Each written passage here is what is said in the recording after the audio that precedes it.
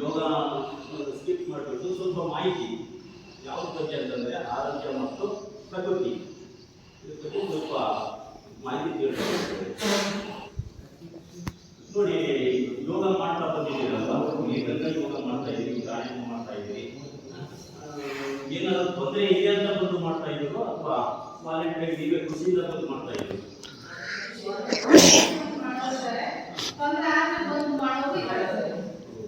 ಈಗ ತೊಂದರೆ ಆಮೇಲೆ ಬಂದು ಮಾಡೋರಿಗೆ ಎಷ್ಟು ತೊಂದರೆ ಸರಿ ಹೋಗಿದೆ?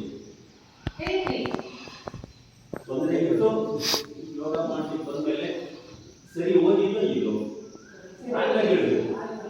ಬಹಳ ತೊಂದರೆ ಸರಿ ಹೋಗಿ ದೀಪಕ್ ಏನು ಮಾಡ್ತೀವಿ? ಸಾಫ್ಟ್ವೇರ್ ಈಗ ನಿಮ್ಗೆ ಏನನ್ಸುತ್ತೆ? ಯೋಗ ಮತ್ತೆ ಪ್ರಾಣಾಯಾಮ ಈ ಥರದ್ದು ಜ್ಞಾನದ ಕ್ಲಾಸು ಆಗ್ತಿದ್ದೀರಿ, ತೊಂದರೆ ಇದೆ ಅಂತ ಬಂದಿದ್ದೀರಿ. ಈಗ ನಿಮಗೆ ಏನು ಅನಿಸ್ತಾ ಇದೆ? ಮನಸ್ಸಿಗೆ ಶಾಂತಿ, ಖುಷಿ ಆಗಿದೆಯಾ?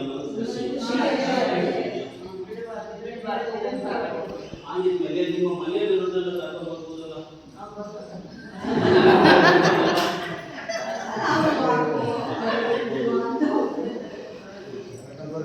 ನೋಡಿ,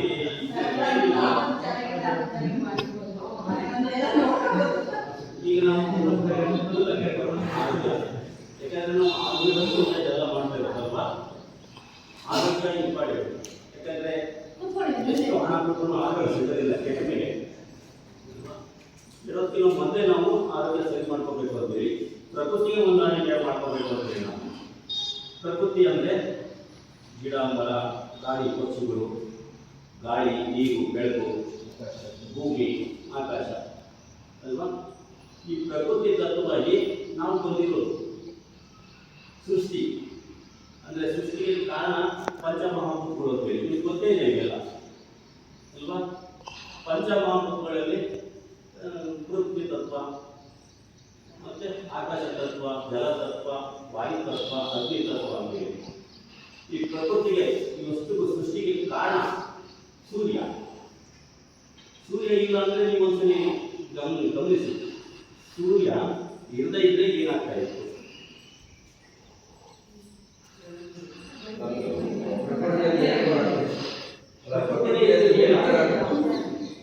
ಸೂರ್ಯ ಇಲ್ಲದೇ ಯಾವುದು ಗಿಡ ಮರ ಬೆಳೆಯೋದಿಲ್ಲ, ಪ್ರಾಣಿ ಪಕ್ಷಿಗಳು ಹುಟ್ಟೋದಿಲ್ಲ. ಅಂದರೆ ನಿಜವಾದ ದೇವರು ಅಂದರೆ ನಮಗೆ ಸೂರ್ಯನೇ. ನಮಗೆ ಆರೋಗ್ಯ ಕೊಡುವಂಥದ್ದು ಸೂರ್ಯನೇ. ಸೂರ್ಯ ಇದ್ದರೆ ಪ್ರಕೃತಿ. ಪಂಚಮಹಾಭೂತಗಳೆಲ್ಲ ಇರೋದೇ ಸೂರ್ಯನ ಒಂದು ಮಡಿಯಲ್ಲಿ. ಯಾಕಂದರೆ ಭೂಮಿ ತಿರುಗ್ತಾ ಇದೆ, ಸೂರ್ಯನ ಸುತ್ತ ತಿರುಗ್ತಾ ಇದೆ, ಅಂತರದಲ್ಲಿದೆ, ಅಂದರೆ ಸೂರ್ಯನ ಹಿಡಿತದಲ್ಲಿದೆ. ಅದಕ್ಕೆ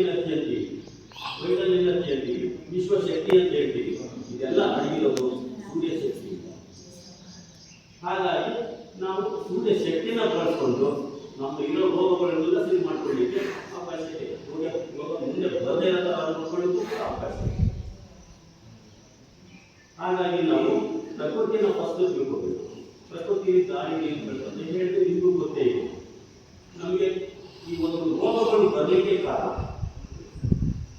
ಈಗ ರೋಗಗಳು ಬರಲಿಕ್ಕೆ ಕಾರಣ ಬೇರೆ ಏನಿಲ್ಲ, ನಾವು ಮಾಡೋ ಊಟ. ಊಟ ನಮಗೆ ಸರಿಯಾಗಿ ಅಂದರೆ ಔಷಧಿ ಆಗ್ತದೆ. ಆ ಊಟ ಅಂದರೆ ಆಹಾರ ಸೇವನೆ ನಮಗೆ ಸರಿಯಾಗಿ ತಿಳ್ಕೊಳ್ಳಿಲ್ಲ, ಗೊತ್ತಿಲ್ಲ ಅಂದರೆ ನಮಗೆ ರೋಗಗಳು ಬರ್ತವೆ.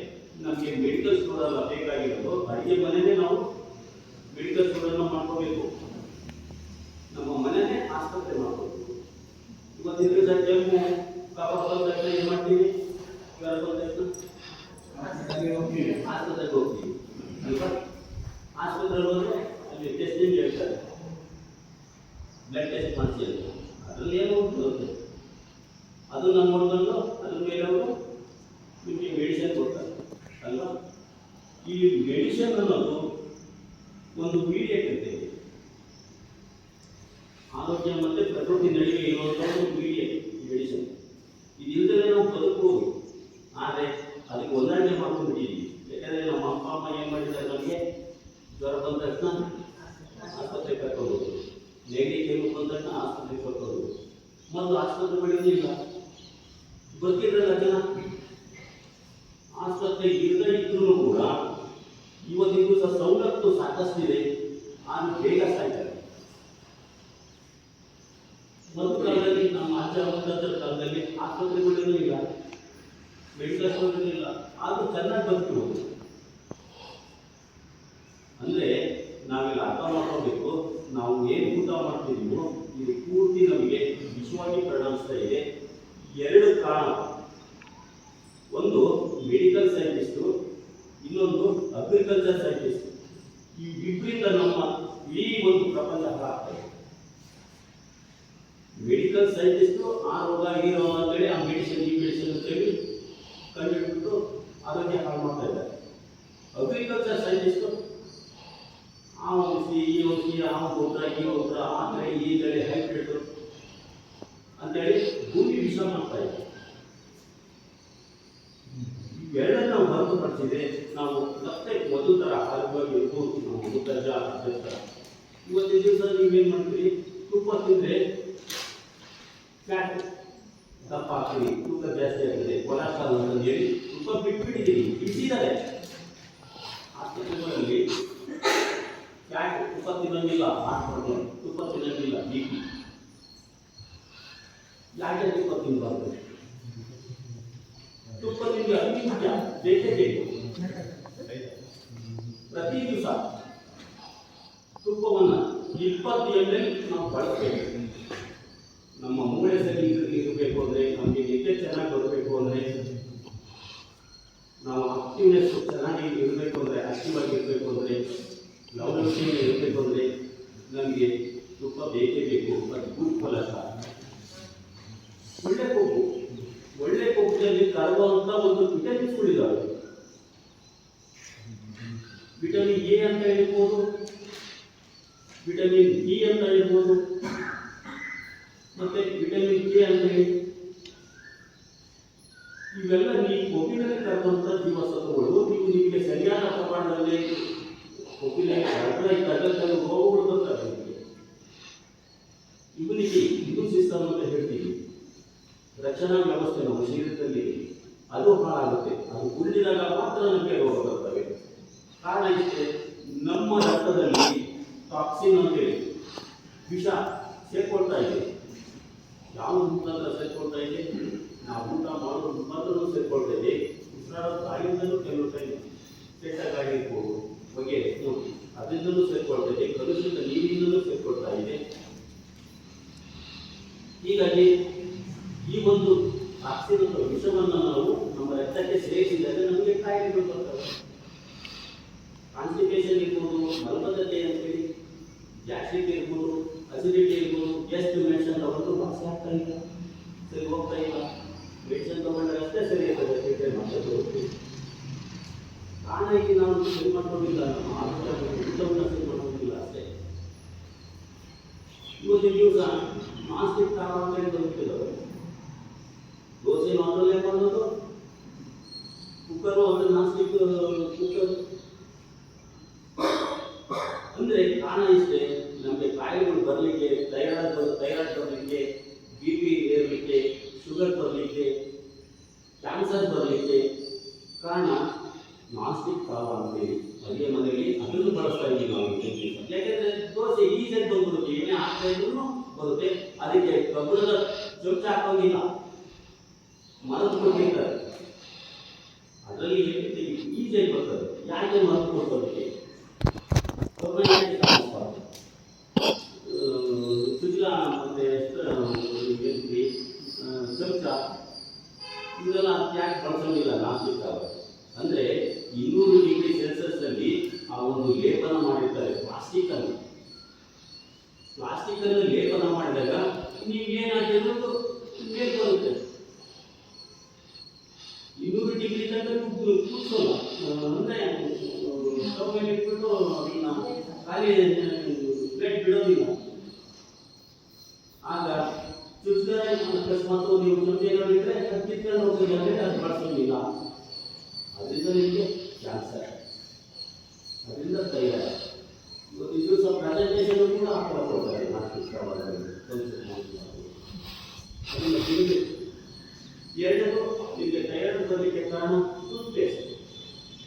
ನೀವು ಬಳಸೋ ಟೂತ್ಪೇಸ್ಟಲ್ಲಿ ನಿಕೋಟಿನ್ ಅಂಶನ 9% 100% ಹಾಕಿರ್ತಾರೆ. ಯಾಕೆಂದರೆ ಅದು ಸ್ಮೂತ್ ಆಗಿರಬೇಕು, ಆಗಬಾರ್ದು, ಗಟ್ಟಿ ಆಗಬಾರ್ದು.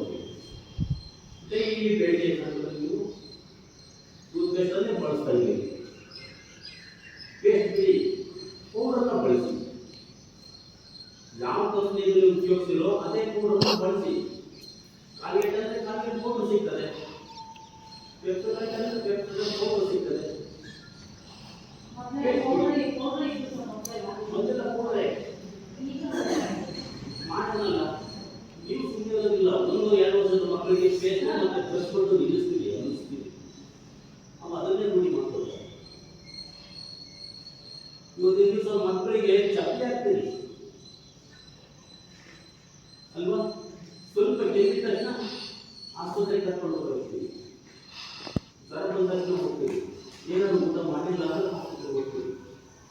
ರೋಗ ನಿರೋಧಕ ಶಕ್ತಿನ ಹಾಳು ಮಾಡ್ತಾ ಇದ್ದೀವಿ ಮಕ್ಕಳು. ರೋಗ ನಿರೋಧಕ ಶಕ್ತಿ ಮಕ್ಕಳು ಮನೆಯಲ್ಲಿ ಆಡಬೇಕು, ಬೆಳಿಬೇಕು, ಗಾಳಿ ಮಳೆ ಇದೆಲ್ಲ ಬೆಳಿಬೇಕು. ಆದರೆ ಇವತ್ತು ದಿವಸ ಯಾವುದೋ ಒಂದು ಮಕ್ಕಳಿಗೆ ಹಾಕಬಾರ್ದು ಅಂತೇಳಿ ಹೊರಗೆ ಕೂರ್ಸಲಿ, ಸ್ಕೂಲ್ ಬಿಟ್ಟರೆ ಮನೆ, ಟ್ಯೂಷನ್ ಆದರೆ ಈಗ ಗೇಮ್ ಮೊಬೈಲಲ್ಲಿ ಎಷ್ಟು ಕೆಟ್ಟದಂದರೆ ಇವತ್ತಿನ ದಿವಸ ಸಣ್ಣ ಸಣ್ಣ ಮಕ್ಕಳಿಗೆ ಕಣ್ಣು ಇದ್ದಾವೆ, ಅಂಗವಿಕಲಾಗ್ತದೆ. ಬಟ್ಟೆ ದಪ್ಪ, ಕೈ ಕೆಲಸ. ಹಾಗಾಗಿ ನಾವು ಇದನ್ನು ಅರ್ಥ ಮಾಡ್ಕೋಬೇಕು. ಇವತ್ತಿನ ದಿವಸ ಪ್ರಕೃತಿಗೆ ನಾವು ಹೊಂದಾಣಿಕೆ ಮಾಡ್ಕೋಬೇಕು. ಯಾಕೆಂದರೆ ನಾವು ಪ್ರಕೃತಿಯಿಂದ ಬಂದಿರೋದು, ಪ್ರಕೃತಿ ತತ್ವವಾಗಿರೋದನ್ನು ಬಳಸ್ಕೊಂಡು ನಾವು ಸರಿ ಮಾಡ್ಕೋಬೇಕು. ಯಾವುದೇ ಕಾಯಿಲೆ ಆಗಲಿ, ಯಾವ ಮೆಡಿಸಿನ್ ಇದ್ದರೆ ಸಮಸ್ಯೆ ಚಿತ್ತಂತಿ ಹೇಳ್ತದೆ. ಕಫದಿಂದ ಹಿಡಿದು ಕ್ಯಾನ್ಸರ್ವರೆಗೂ ನಮ್ಗೆ ಮೆಡಿಸಿನ್ ಬೇಕಾಗಿಲ್ಲ. ಆದರೆ ಮೆಡಿಕಲ್ ಫೀಲ್ಡ್ ಅಲ್ಲಿ ಇನ್ನೊಂದು ಮೆಡಿಸಿನ್ ಯಾವುದೇ ಕಾರಣಕ್ಕೂ ಯಾವ ಕಾಯಿಲೆನೂ ವಾಸಿ ಮಾಡಬೇಕು. ಯಾವ್ಯಾವ ಮೆಡಿಸಿನ್ ತಗೊಳ್ಳಿ, ಆಯುರ್ವೇದಿಕ್ ತಗೊಳ್ಳಿ, ಅಲೋಪತಿ ತಗೊಳ್ಳಿ, ಹೋಮಿಯೋಪತಿ ತಗೊಳ್ಳಿ, ಯಾವ ಮೆಡಿಸಿನ್ ಕೂಡ ನಿಮ್ಮ ಯಾವ ಕಾಯಿಲೆನೂ ವಾಸಿ ಮಾಡಲ್ಲ. ಆದರೆ ನಿಮ್ಮ ಶರೀರ ಕಾಯಿಲೆ ವಾಸಿ ಮಾಡ್ಕೋಬೇಕಾಗಿರುತ್ತೆ. ಹಾಗಾಗಿ ಮೆಡಿಸಿನ್ ಕೊಡ್ತೀರಲ್ಲ ಅಂದ್ರೆ ನೀವು ಯಾಕೆ ಕೊಡ್ತೀರಿ? ಕಾಯಿಲೆನ ವಾಸಿ ಮಾಡಲ್ಲ ಅಂದಮೇಲೆ ಮೆಡಿಸಿನ್ ಯಾಕೆ ಕೊಡಬೇಕು? ಹೌದಾ? ನೀವು ಯಾರು ಕೇಳ್ಕೊಂಡಿಲ್ಲ, ಕೇಳಿ. ನೀವು ಏನಾದ್ರು ಡೌಟ್ ಇದ್ರೆ ಕೇಳ್ಕೋಬೇಕು ಆ ಟೈಮಲ್ಲಿ.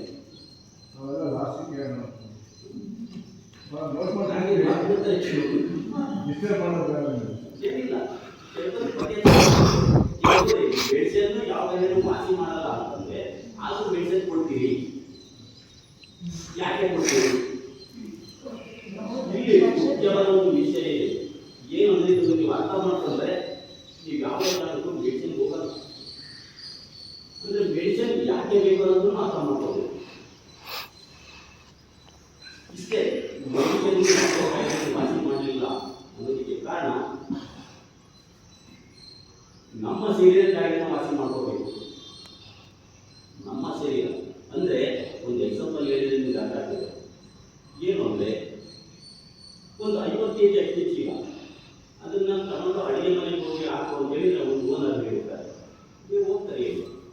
ಅಂತೇಳಿ ಒಪ್ಕೊಂಡು ಹಾಕ್ಲಿಕ್ಕೆ ಹೋಗ್ತಾರೆ. ಚೀಲ ಇದ್ದಲ್ಲೂ ಆಗ್ತಾ ಇಲ್ಲ ಭಾಗ. ಇದು 2 ಭಾಗ ಮಾಡ್ಕೊಂಡು ತಗೊಂಡು ಹೋಗೋಣ, ಇನ್ನೊಂದು ಚೀಲ ಇಲ್ಲ.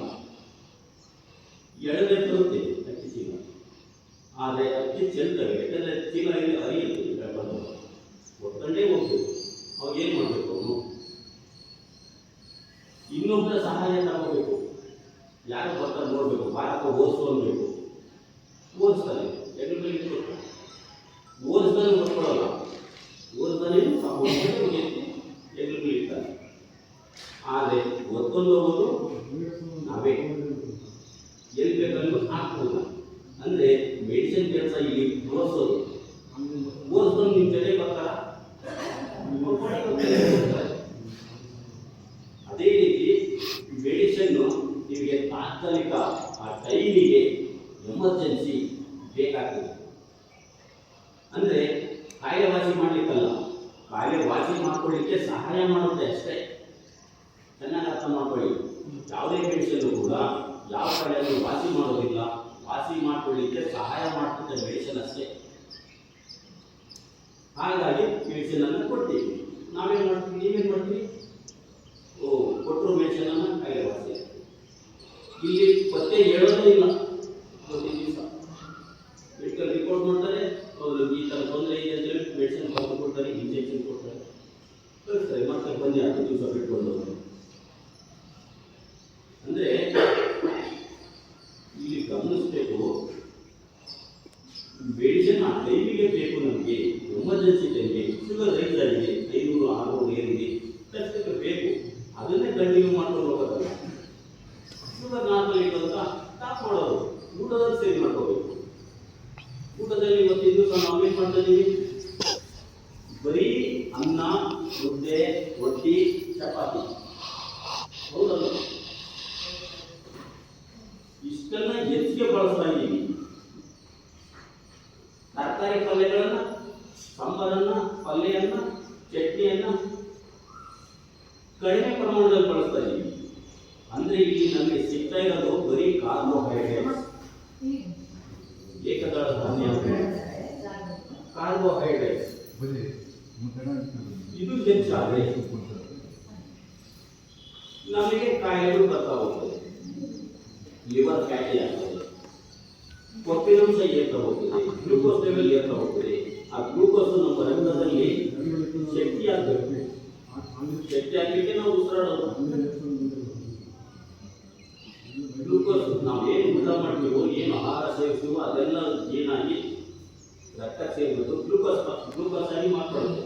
ಆ ಗ್ಲೂಕೋಸು ಹಂಗೆ ರಕ್ತದಲ್ಲಿ ಇರೋದಿಲ್ಲ, ಅದು ಸುಟ್ಟು ಶಕ್ತಿಯನ್ನಾಗಿ ಮಾರ್ಪಡಿಸ್ಬೇಕು. ಅಂದರೆ ನಾವು ಉಸಿರಾಟದಲ್ಲಿರೋ ಆಮ್ಲಜನಕವನ್ನು ರಕ್ತದಲ್ಲಿ ಸೇರಿಸಿ ರಕ್ತದಲ್ಲಿರೋ ಗ್ಲೂಕೋಸನ್ನು ಸುಟ್ಟು ಶಕ್ತಿಯನ್ನಾಗಿ ಮಾರ್ಪಡಿಸುತ್ತೆ. ಅವಾಗ ನಮಗೆ ಓಡಾಡಲಿಕ್ಕೆ, ನಡೀಲಿಕ್ಕೆ ಶಕ್ತಿ ಬರ್ತದೆ, ಜೀವನ ಮಾಡಲಿಕ್ಕೆ. ಆದರೆ ಉಸಿರಿನಲ್ಲಿ ಎಷ್ಟು ನಾವು ಆಮ್ಲಜನಕನ ರಕ್ತಕ್ಕೆ ಸೇರಿಸ್ತೀವೋ ಅಷ್ಟು ಪ್ರಮಾಣ ಗ್ಲೂಕೋಸ್ ಅಷ್ಟೇ ಸುಡುತ್ತೆ. ಸುಡದೇ ಇರೋಂಥ ಗ್ಲೂಕೋಸ್ ಇಲ್ಲಿ ಹೊಟ್ಟೆ ತುಂಬ ಊಟ ಮಾಡಿದ್ದೀವಿ, ಗ್ಲೂಕೋಸ್ ಲೆವೆಲ್ ರಕ್ತದಲ್ಲಿ ಜಾಸ್ತಿ ಆಗಿದೆ. ಆಗ ಸುಡದೇ ಇರುವಂತ ಗ್ಲೂಕೋಸ್, ಶಕ್ತಿಯಾಗಿ ಮಾಡಿಕೊಳ್ಳದೇ ಇರುವಂತ ಗ್ಲೂಕೋಸ್ ಫ್ಯಾಟ್ ಆಗಿ ಕನ್ವರ್ಟ್ ಆಗ್ತದೆ. ಇದಕ್ಕೆ ನಾವು ಫ್ಯಾಟ್ ಅಂತ ಹೇಳ್ತೀವಿ, ಟ್ರೈಗ್ಲಿಸರೈಡ್ ಅಂತ ಹೇಳಿ. ಒಪ್ಪಿನಲ್ಲಿ 3 ತರ. ಇದು ಊಟವನ್ನು ಹೆಚ್ಚಿಗೆ ಮಾಡೋದ್ರಿಂದ ನಮ್ಮಲ್ಲಿ ಸುಟ್ಟು ಶಕ್ತಿ ಆಗದೇ ಇರುವಂತಹ ಗ್ಲೂಕೋಸು ಶರೀರದಲ್ಲಿ ಕ್ರಮೇಣ ಒಂದು ಭಾಗದಲ್ಲಿ ಸೇರ್ಕೊಳ್ತಾ ಹೋಗುತ್ತೆ. ಅದು ಕೊನೆಗೆ ಒಬೆಸಿಟಿ ತರ್ಬೋದು, ಕೈಕಾಲು ದಪ್ಪ, ತೊಡೆ ದಪ್ಪ ಆಗೋದು, ಸೊಂಟ ದಪ್ಪ ಆಗೋದು, ಹೊಟ್ಟೆ ದಪ್ಪ ಆಗೋದು, ಇದೆಲ್ಲ ಆಗಲಿಕ್ಕೆ ಕಾರಣ ಆಗ್ತದೆ. ಹಾಗಾಗಿ ನಾವು ಊಟವನ್ನು ನಾವೇನು ಉಸಿರಾಡ್ತೀವೋ ಅದಕ್ಕೆ ತಕ್ಕನಾಗೆ ಮಾಡಬೇಕು. ಹೊಟ್ಟೆ ತುಂಬ ಊಟ ಮಾಡೋದಿಲ್ಲ. ನೀವು ನೋಡಿ, ಯೋಗ ಪ್ರಾಣಾಯಾಮ ಏನೇನೋ ಮಾಡ್ತೀರಿ, ಆದರೆ ಬರ್ತಲೇ ಇಲ್ಲ. ಯಾಕೆ? ಅಲ್ಲಿ ಸರಿ ಮಾಡ್ಕೊಂಡಿಲ್ಲ, ನೀವು ಊಟ ಸರಿ ಮಾಡ್ಕೊಂಡಿಲ್ಲ, ಹೆಚ್ಚು ತಿಂತಾ ಇದ್ದೀರಿ. ಅದರಲ್ಲೂ ಕಾರ್ಬೋಹೈಡ್ರೇಟ್ಸ್ ಇರೋದನ್ನೇ ಹೆಚ್ಚು ತಿಂತೀರಿ. ಮುದ್ದೆ, ರೊಟ್ಟಿ, ಚಪಾತಿ, ಅನ್ನ. ಒಂದು ತಟ್ಟೆ ತುಂಬ ಅನ್ನ ಬಂದು ಸಾಕು ಹಾಕೋತೀರ ಅಷ್ಟೇ. ನಿಮಗೆ ವಿಟಮಿನ್ಸ್ಗಳು ಎಲ್ಲಿ ಸಿಗಬೇಕು? ಕಾರ್ಬೋಹೈಡ್ರೇಟ್ಸ್ ಅಂದ್ರೆ ಸಕ್ಕರೆ ಪ್ರಮಾಣನೇ ಹೆಚ್ಚಿಗೆ ಆಗ್ತದೆ. ಹಾಗಾಗಿ ನಾವು ಆ ಒಂದು ಕೆಟ್ಟ ಕೊಬ್ಬನ್ನು ತೆಗಿಲಿಕ್ಕೆ ಒಳ್ಳೆ ಕೊಬ್ಬನ್ನು ಸೇರಿಸಬೇಕು. ಆಗ ಕಾನ್ಸ್ಟಿಪೇಷನ್ ಅನ್ನೋದು, ಮಲಬದ್ಧತೆ ಅನ್ನೋದು, ಗ್ಯಾಸ್ಟ್ರಿಕ್ ಅನ್ನೋದು ಸ್ವಲ್ಪ ದೂರ ಆಗ್ತಾ ಹೋಗುತ್ತೆ. ಅಂದ್ರೆ ತುಪ್ಪ ಬಳಸಬೇಕು ಕಡ್ಡಿ ಸಾಂಬಾರಿನಲ್ಲೂ, ಪಲ್ಯದಲ್ಲೂ, ಚಟ್ನಿನಲ್ಲೂ. ಆಮೇಲೆ 3 ರೊಟ್ಟಿ ತಿಂದರೆ ನನಗೆ ಹೊಟ್ಟೆ ತುಂಬುತ್ತೆ ಅನ್ನೋರಿಗೆ 1.5 ರೊಟ್ಟಿ ಸಾಕು. 4 ರೊಟ್ಟಿ ತಿಂದರೆ ನನಗೆ ಹೊಟ್ಟೆ ತುಂಬುತ್ತೆ ಅನ್ನೋರಿಗೆ 2 ರೊಟ್ಟಿ. 10 ರೊಟ್ಟಿಗೆ ಆಗುವಷ್ಟು ಪಲ್ಯ ಹಾಕೊಳ್ತೀನಿ. ಅದೇಗೆ ನಿಮಗೆ ಶುಗರ್ ರೈಸ್ ಆಗ್ತದೆ ನೋಡೋಣ, ಅದೇಗೆ ಬಿ ಪಿ ಬರುತ್ತೆ ನೋಡೋಣ, ಅದೇಗೆ ನಿಮಗೆ ಬೇರೆ ಕಾನ್ಸಂಟ್ರೇಷನ್ ಹಾಕಿ ಗ್ಯಾಸ್ಟ್ರಿಕ್ ಆಗಿ ಬರುತ್ತೆ ನೋಡೋಣ. ಹಾಗಾಗಿ ನಾವು ಆಹಾರದಲ್ಲಿ ತರಕಾರಿಗಳನ್ನು ಹೆಚ್ಚು ಬಳಸ್ಕೊಂಡು, ಈಗ ತರಕಾರಿ ವಿಷ ಇದೆ ಎಲ್ಲ ಹೈಬ್ರಿಡ್, ಆಮೇಲೆ ವಿಷ ಹಾಕಿ ಬೆಳೀತಾರೆ, ಪೆಸ್ಟಿಸೈಡ್ಸ್ ಅಂದರೆ ಔಷಧಿ ಹೊಡೆಯೋದು, ಇಲ್ಲಾಂದ್ರೆ ಬರೋದಿಲ್ಲ. ಹಾಗಾಗಿ ನಾವು ತರಕಾರಿಯನ್ನು ರಾತ್ರಿ ಒಂದು 15-20 ಗ್ರಾಮ್ ಹುಣಸೆ ಹಣ್ಣನ್ನು 1 ಲೀಟರ್ 2 ಲೀಟರ್ ನೀರಲ್ಲಿ ನೆನೆ ಇಟ್ಟು ಬೆಳಿಗ್ಗೆ ಆ ನೀರಿನ ಹುಣಸೆ ಹಣ್ಣಿನ ಎಲ್ಲ ಕೂಡಿಬಿಟ್ಟು ಹುಣಸೆ ಹಣ್ಣ ಒಂದು ಸ್ವಲ್ಪ ತೆಗೆದುಬಿಟ್ಟು ಅದರಲ್ಲಿ ತರಕಾರಿನ 5 ನಿಮಿಷ ನೆನೆ ಇಡಿ. ಆಮೇಲೆ ಬೇರೆ ನೀರಲ್ಲಿ, ಒಳ್ಳೆ ನೀರಲ್ಲಿ ತೊಳಿರಿ. ತರಕಾರಿ ಕ್ಲಾಸಿಕ್ ಅಂತೇಳಿ ಹುಣಸೆ ಹಣ್ಣಲ್ಲಿ ಇರುವಂಥದ್ದು ಆ ಒಂದು ವಿಷಯ ಹೀರಿಕೊಡು. ಹಾಗಾಗಿ ತರಕಾರಿಯನ್ನು ಈ ರೀತಿ ಬಳಸಿ, ರಾತ್ರಿ ಹುಣಸೆ ಹಣ್ಣಲ್ಲಿ ಹುಣಸೆ ಹಣ್ಣನ್ನು ನೆನೆ ಇಟ್ಬಿಟ್ಟು ಬೆಳಿಗ್ಗೆ ಅದನ್ನು ಕ್ಯೂಬ್ಗೆ ತೆಗೆದು ಸ್ವಲ್ಪ ಹಾಕಿ ಆ ನೀರಿನಲ್ಲಿ ತರಕಾರಿಯನ್ನು ನಾವು ಒಂದು 5 ನಿಮಿಷ ನೆನೆ ಇಟ್ಟು ಆಮೇಲೆ ಒಳ್ಳೆ ತೊಳಿ ಬಳಸಿ. ತೆಂಗಿನಕಾಯಿಯನ್ನು ಹೆಚ್ಚಿಗೆ ಬಳಸಿ. ಇವಾಗ ಇದು ಸಹ ತೆಂಗಿನಕಾಯಿ ತಿಂದರೆ ನಿಮಗೆ ಬಿ ಪಿ ಅಂತೆ, ಕೊಲೆಸ್ಟ್ರಾಲ್ ಹೆಚ್ಚಿಗೆ ಅಂತ ಇರ್ತದೆ. ಅದು ಗುಡ್ ಕೊಲೆಸ್ಟ್ರಾಲ್, HDL ಅಂತೀವಿ ನಾವು, ಹೈ ಡೆನ್ಸಿಟಿ ಲಿಪೋಪ್ರೋಟೀನ್ ಅಂತೀವಿ. ಅದು ನಮಗೆ ಹೆಚ್ಚಿಗೆ ಬೇಕು, ವಿಟಮಿನ್ ಫುಡ್ ಬರಬೇಕು ಅಂತ ಹೇಳಿದೆ ನಾವು. ಹಾಗಾಗಿ ನೀವು ತೆಂಗಿನಕಾಯಿ, ಹಸಿ ಕೊಬ್ಬರಿ ಜೊತೆಗೆ ತುಪ್ಪ ಯಾರು ಹೇಳಿದ್ರು ಬಿಡಬೇಡಿ. ನಿಮ್ಮ ಮನೆ ಡಾಕ್ಟರ್ ಹೇಳಿದ್ರು ಬಿಡಬೇಡಿ. ಅವೆರಡೇ ನಿಮಗೆ ಮುಂದೆ ಆರೋಗ್ಯ ಬರ್ತದೆ. ವಯಸ್ಸಾಗ್ತಾ ಆಗ್ತಾ ನಿಮ್ಮ ಮೂಳೆಗಳು ಗಟ್ಟಿಯಾಗಲಿಕ್ಕೆ, ಬಲಿಷ್ಠಾಗಲಿಕ್ಕೆ, ಹಲ್ಲುಗಳು ಸ್ಟ್ರಾಂಗ್ ಆಗಲಿಕ್ಕೆ ಬೇಕೇ ಬೇಕು. ನಂತರ ಇನ್ನೊಂದು ಪದಾರ್ಥ LDL ಅಂದರೆ ಲೋ ಡೆನ್ಸಿಟಿ ಲಿಪೋಪ್ರೋಟೀನ್. ಇದು ಆಗಲಿಕ್ಕೆ ಕಾರಣ, ಇದು ನಮ್ಮ ರಕ್ತದಲ್ಲಿ ಸೇರಲಿಕ್ಕೆ ಕಾರಣ. ಇದು ಕೆಟ್ಟ ಕೊಬ್ಬು. ಪದೇ ಪದೇ ಎಣ್ಣೆಯಲ್ಲಿ ಬರುವುದನ್ನು ತಿಂತಾ ಇದ್ದೀವಿ. ಇವತ್ತು ಎಣ್ಣೆಯಲ್ಲಿ ಮಾಡ್ತಾರೆ, ಆ ಎಣ್ಣೆ ಉಳಿದ ನಾಳೆ ಅದನ್ನು ಮತ್ತೆ ಬಳಸ್ತಾರೆ, ನಾಡ್ದು ಮತ್ತೆ ಅದನ್ನೇ ಬಳಸ್ತಾರೆ. ಇದು ಹೋಟೆಲ್ಗಳಲ್ಲಿ, ಬೇಕರಿಗಳಲ್ಲಿ, ಪಾನಿಪುರಿ ಮಾಡೋ ಜಾಗದಲ್ಲಿ, ಪ್ಯಾಕೆಟ್ ತಿಂಡಿ ಮಾಡೋ ಜಾಗದಲ್ಲಿ, ಬೇಸುತ್ತು ಪುರಿ ಅಂತೀವಿ, ಖಾರ ಚಿಪ್ಸು ಚಕ್ಕಿ ಅಂತೀವಿ, ಬೋಂಡ ಮಿರ್ಚಿ ಪೌಡರ್ ಅಂತೀವಿ, ಕಬ್ಬ ಗಾಡಿ ಗೋಧಿ ಪಾನಿಪುರಿ ಅಂತೀವಿ. ಇವನ್ನ ನಾವು ತಿನ್ನೋದ್ರಿಂದ ಲೋ ಡೆನ್ಸಿಟಿ ಲಿಪೋಪ್ರೋಟೀನ್ ಅಂದರೆ ಕೆಟ್ಟ ಕೊಬ್ಬು ಹೆಚ್ಚಿಗೆ ಆಗ್ತಾ ಹೋಗ್ತದೆ. ಹಾಗಾಗಿ ಮನೆಯಲ್ಲೇ ಮಾಡ್ಕೊಳ್ತೀವಿ. ಒಮ್ಮೆ ಎಣ್ಣೆ ಕರಿ, ಆ ಎಣ್ಣೆನ ಮತ್ತೆ ಮರುಬಳಕೆ ಮಾಡಬೇಡಿ. ಇನ್ನೊಂದು ದಿವಸ ನಾಳೆ ಇರ್ತೇವೆ, ಅವತ್ತಿನ ದಿವಸ ಸಾಂಬಾರು ಪಲ್ಯ ಮಾಡಿ. ಇದು ನಿಮಗೆ ಅತಿ ಮುಖ್ಯ. ನಿಮ್ಮಲ್ಲಿ ನರದೌರ್ಬಲ್ಯ ಬರಲಿಕ್ಕೆ, ನಿದ್ದೆ ಸರಿಯಾಗಿ ಬರದೇ ಹೋಗಲಿಕ್ಕೆ, ಗ್ಯಾಸ್ಟ್ರಿಕ್ ಆಗಲಿಕ್ಕೆ, ಜೊತೆಗೆ ಕಾನ್ಸ್ಟಿಪೇಷನ್, ಇದು ಭಾಳ ಮುಖ್ಯ. ಕಾನ್ಸ್ಟಿಪೇಷನ್ ಸಾಕಷ್ಟು ಜನ ಬರ್ತಾರೆ. ಮಲಬದ್ಧತೆ ಸದ್ಯಾದ್ಯಂತ ಮೋಷಣ ಆಗಲ್ಲ ಅಂತ ಕಾರಣ ಇದೆ. ಟೆನ್ಷನ್, ಮಾನಸಿಕ ಒತ್ತಡ ಇದೇ ಒಂದು ಟೆನ್ಷನ್ ಹೋಗಿ ನನಗೆ ಲೆಕ್ಕ ಸರಿಗಾಗಲ್ಲ, ಬೆಳಿಗ್ಗೆ ತಕ್ಷಣ ಸರಿಗಾಗಲ್ಲ. ಅವಾಗ ಸಿಟ್ಟು, ಉದ್ವೇಗ, ಆವೇಶ, ಯಾರು ಮಾತಾಡ್ತಾರೆ ಏನೋ ಒಂದು ಅನ್ನೋದು ಕನ್ಬೋದು. ಯಾಕಂದ್ರೆ ಇವಾಗ ಇಲ್ಲಿ ಸರಿಯಾಗಿ ಮೋಷನ್ ಆಗಿಲ್ಲ, ಆಗದೆ ಇರೋದಕ್ಕೆ ಕಾರಣ ಸರಿಯಾದ ಊಟ ಮಾಡಿಲ್ಲ, ಸರಿಯಾಗಿ ತುಪ್ಪ ಬಳಸಿಲ್ಲ, ಸರಿಯಾಗಿ ತೆಂಗಿನಕಾಯಿ ಬಳಸಿಲ್ಲ, ಪದೇ ಪದೇ ಎಣ್ಣೆಯಿಂದ ದುಡ್ಡನ್ನು ತಿಂತಾ ಇರ್ತೀರಿ. ನಂತರ ಬೇರೆ ಕಾರ್ಬೋಹೈಡ್ರೇಟ್ಸ್ ಹೆಚ್ಚಿಗೆ ಚಪಾತಿ ತಿಂತಾ ಇರ್ತೀರಿ, ಮೈದಾ ಮಾಡಿದ ಒಂದು ಲೈನಲ್ಲಿ, ಒಂದು ಏರಿಯಾದಲ್ಲಿ, ಒಂದು ರೋಡಲ್ಲಿ 7-8 ಬೇಕರಿ ಇರ್ತವೆ. ಬೇಕರಿಗಳು ಅದಕ್ಕೆ ತಕ್ಕಂತೆ ಮೆಡಿಕಲ್ ಸ್ಟೋರ್ ಅಲ್ವಾ? ಬೇಕರಿ ಪ್ರಾಡಕ್ಟ್ ತಿನ್ನೋದಕ್ಕೆ, ಮೆಡಿಕಲ್ ಸ್ಟೋರಲ್ಲಿ ಮೆಡಿಸನ್ ತಗೊಳ್ಳೋದಕ್ಕೆ.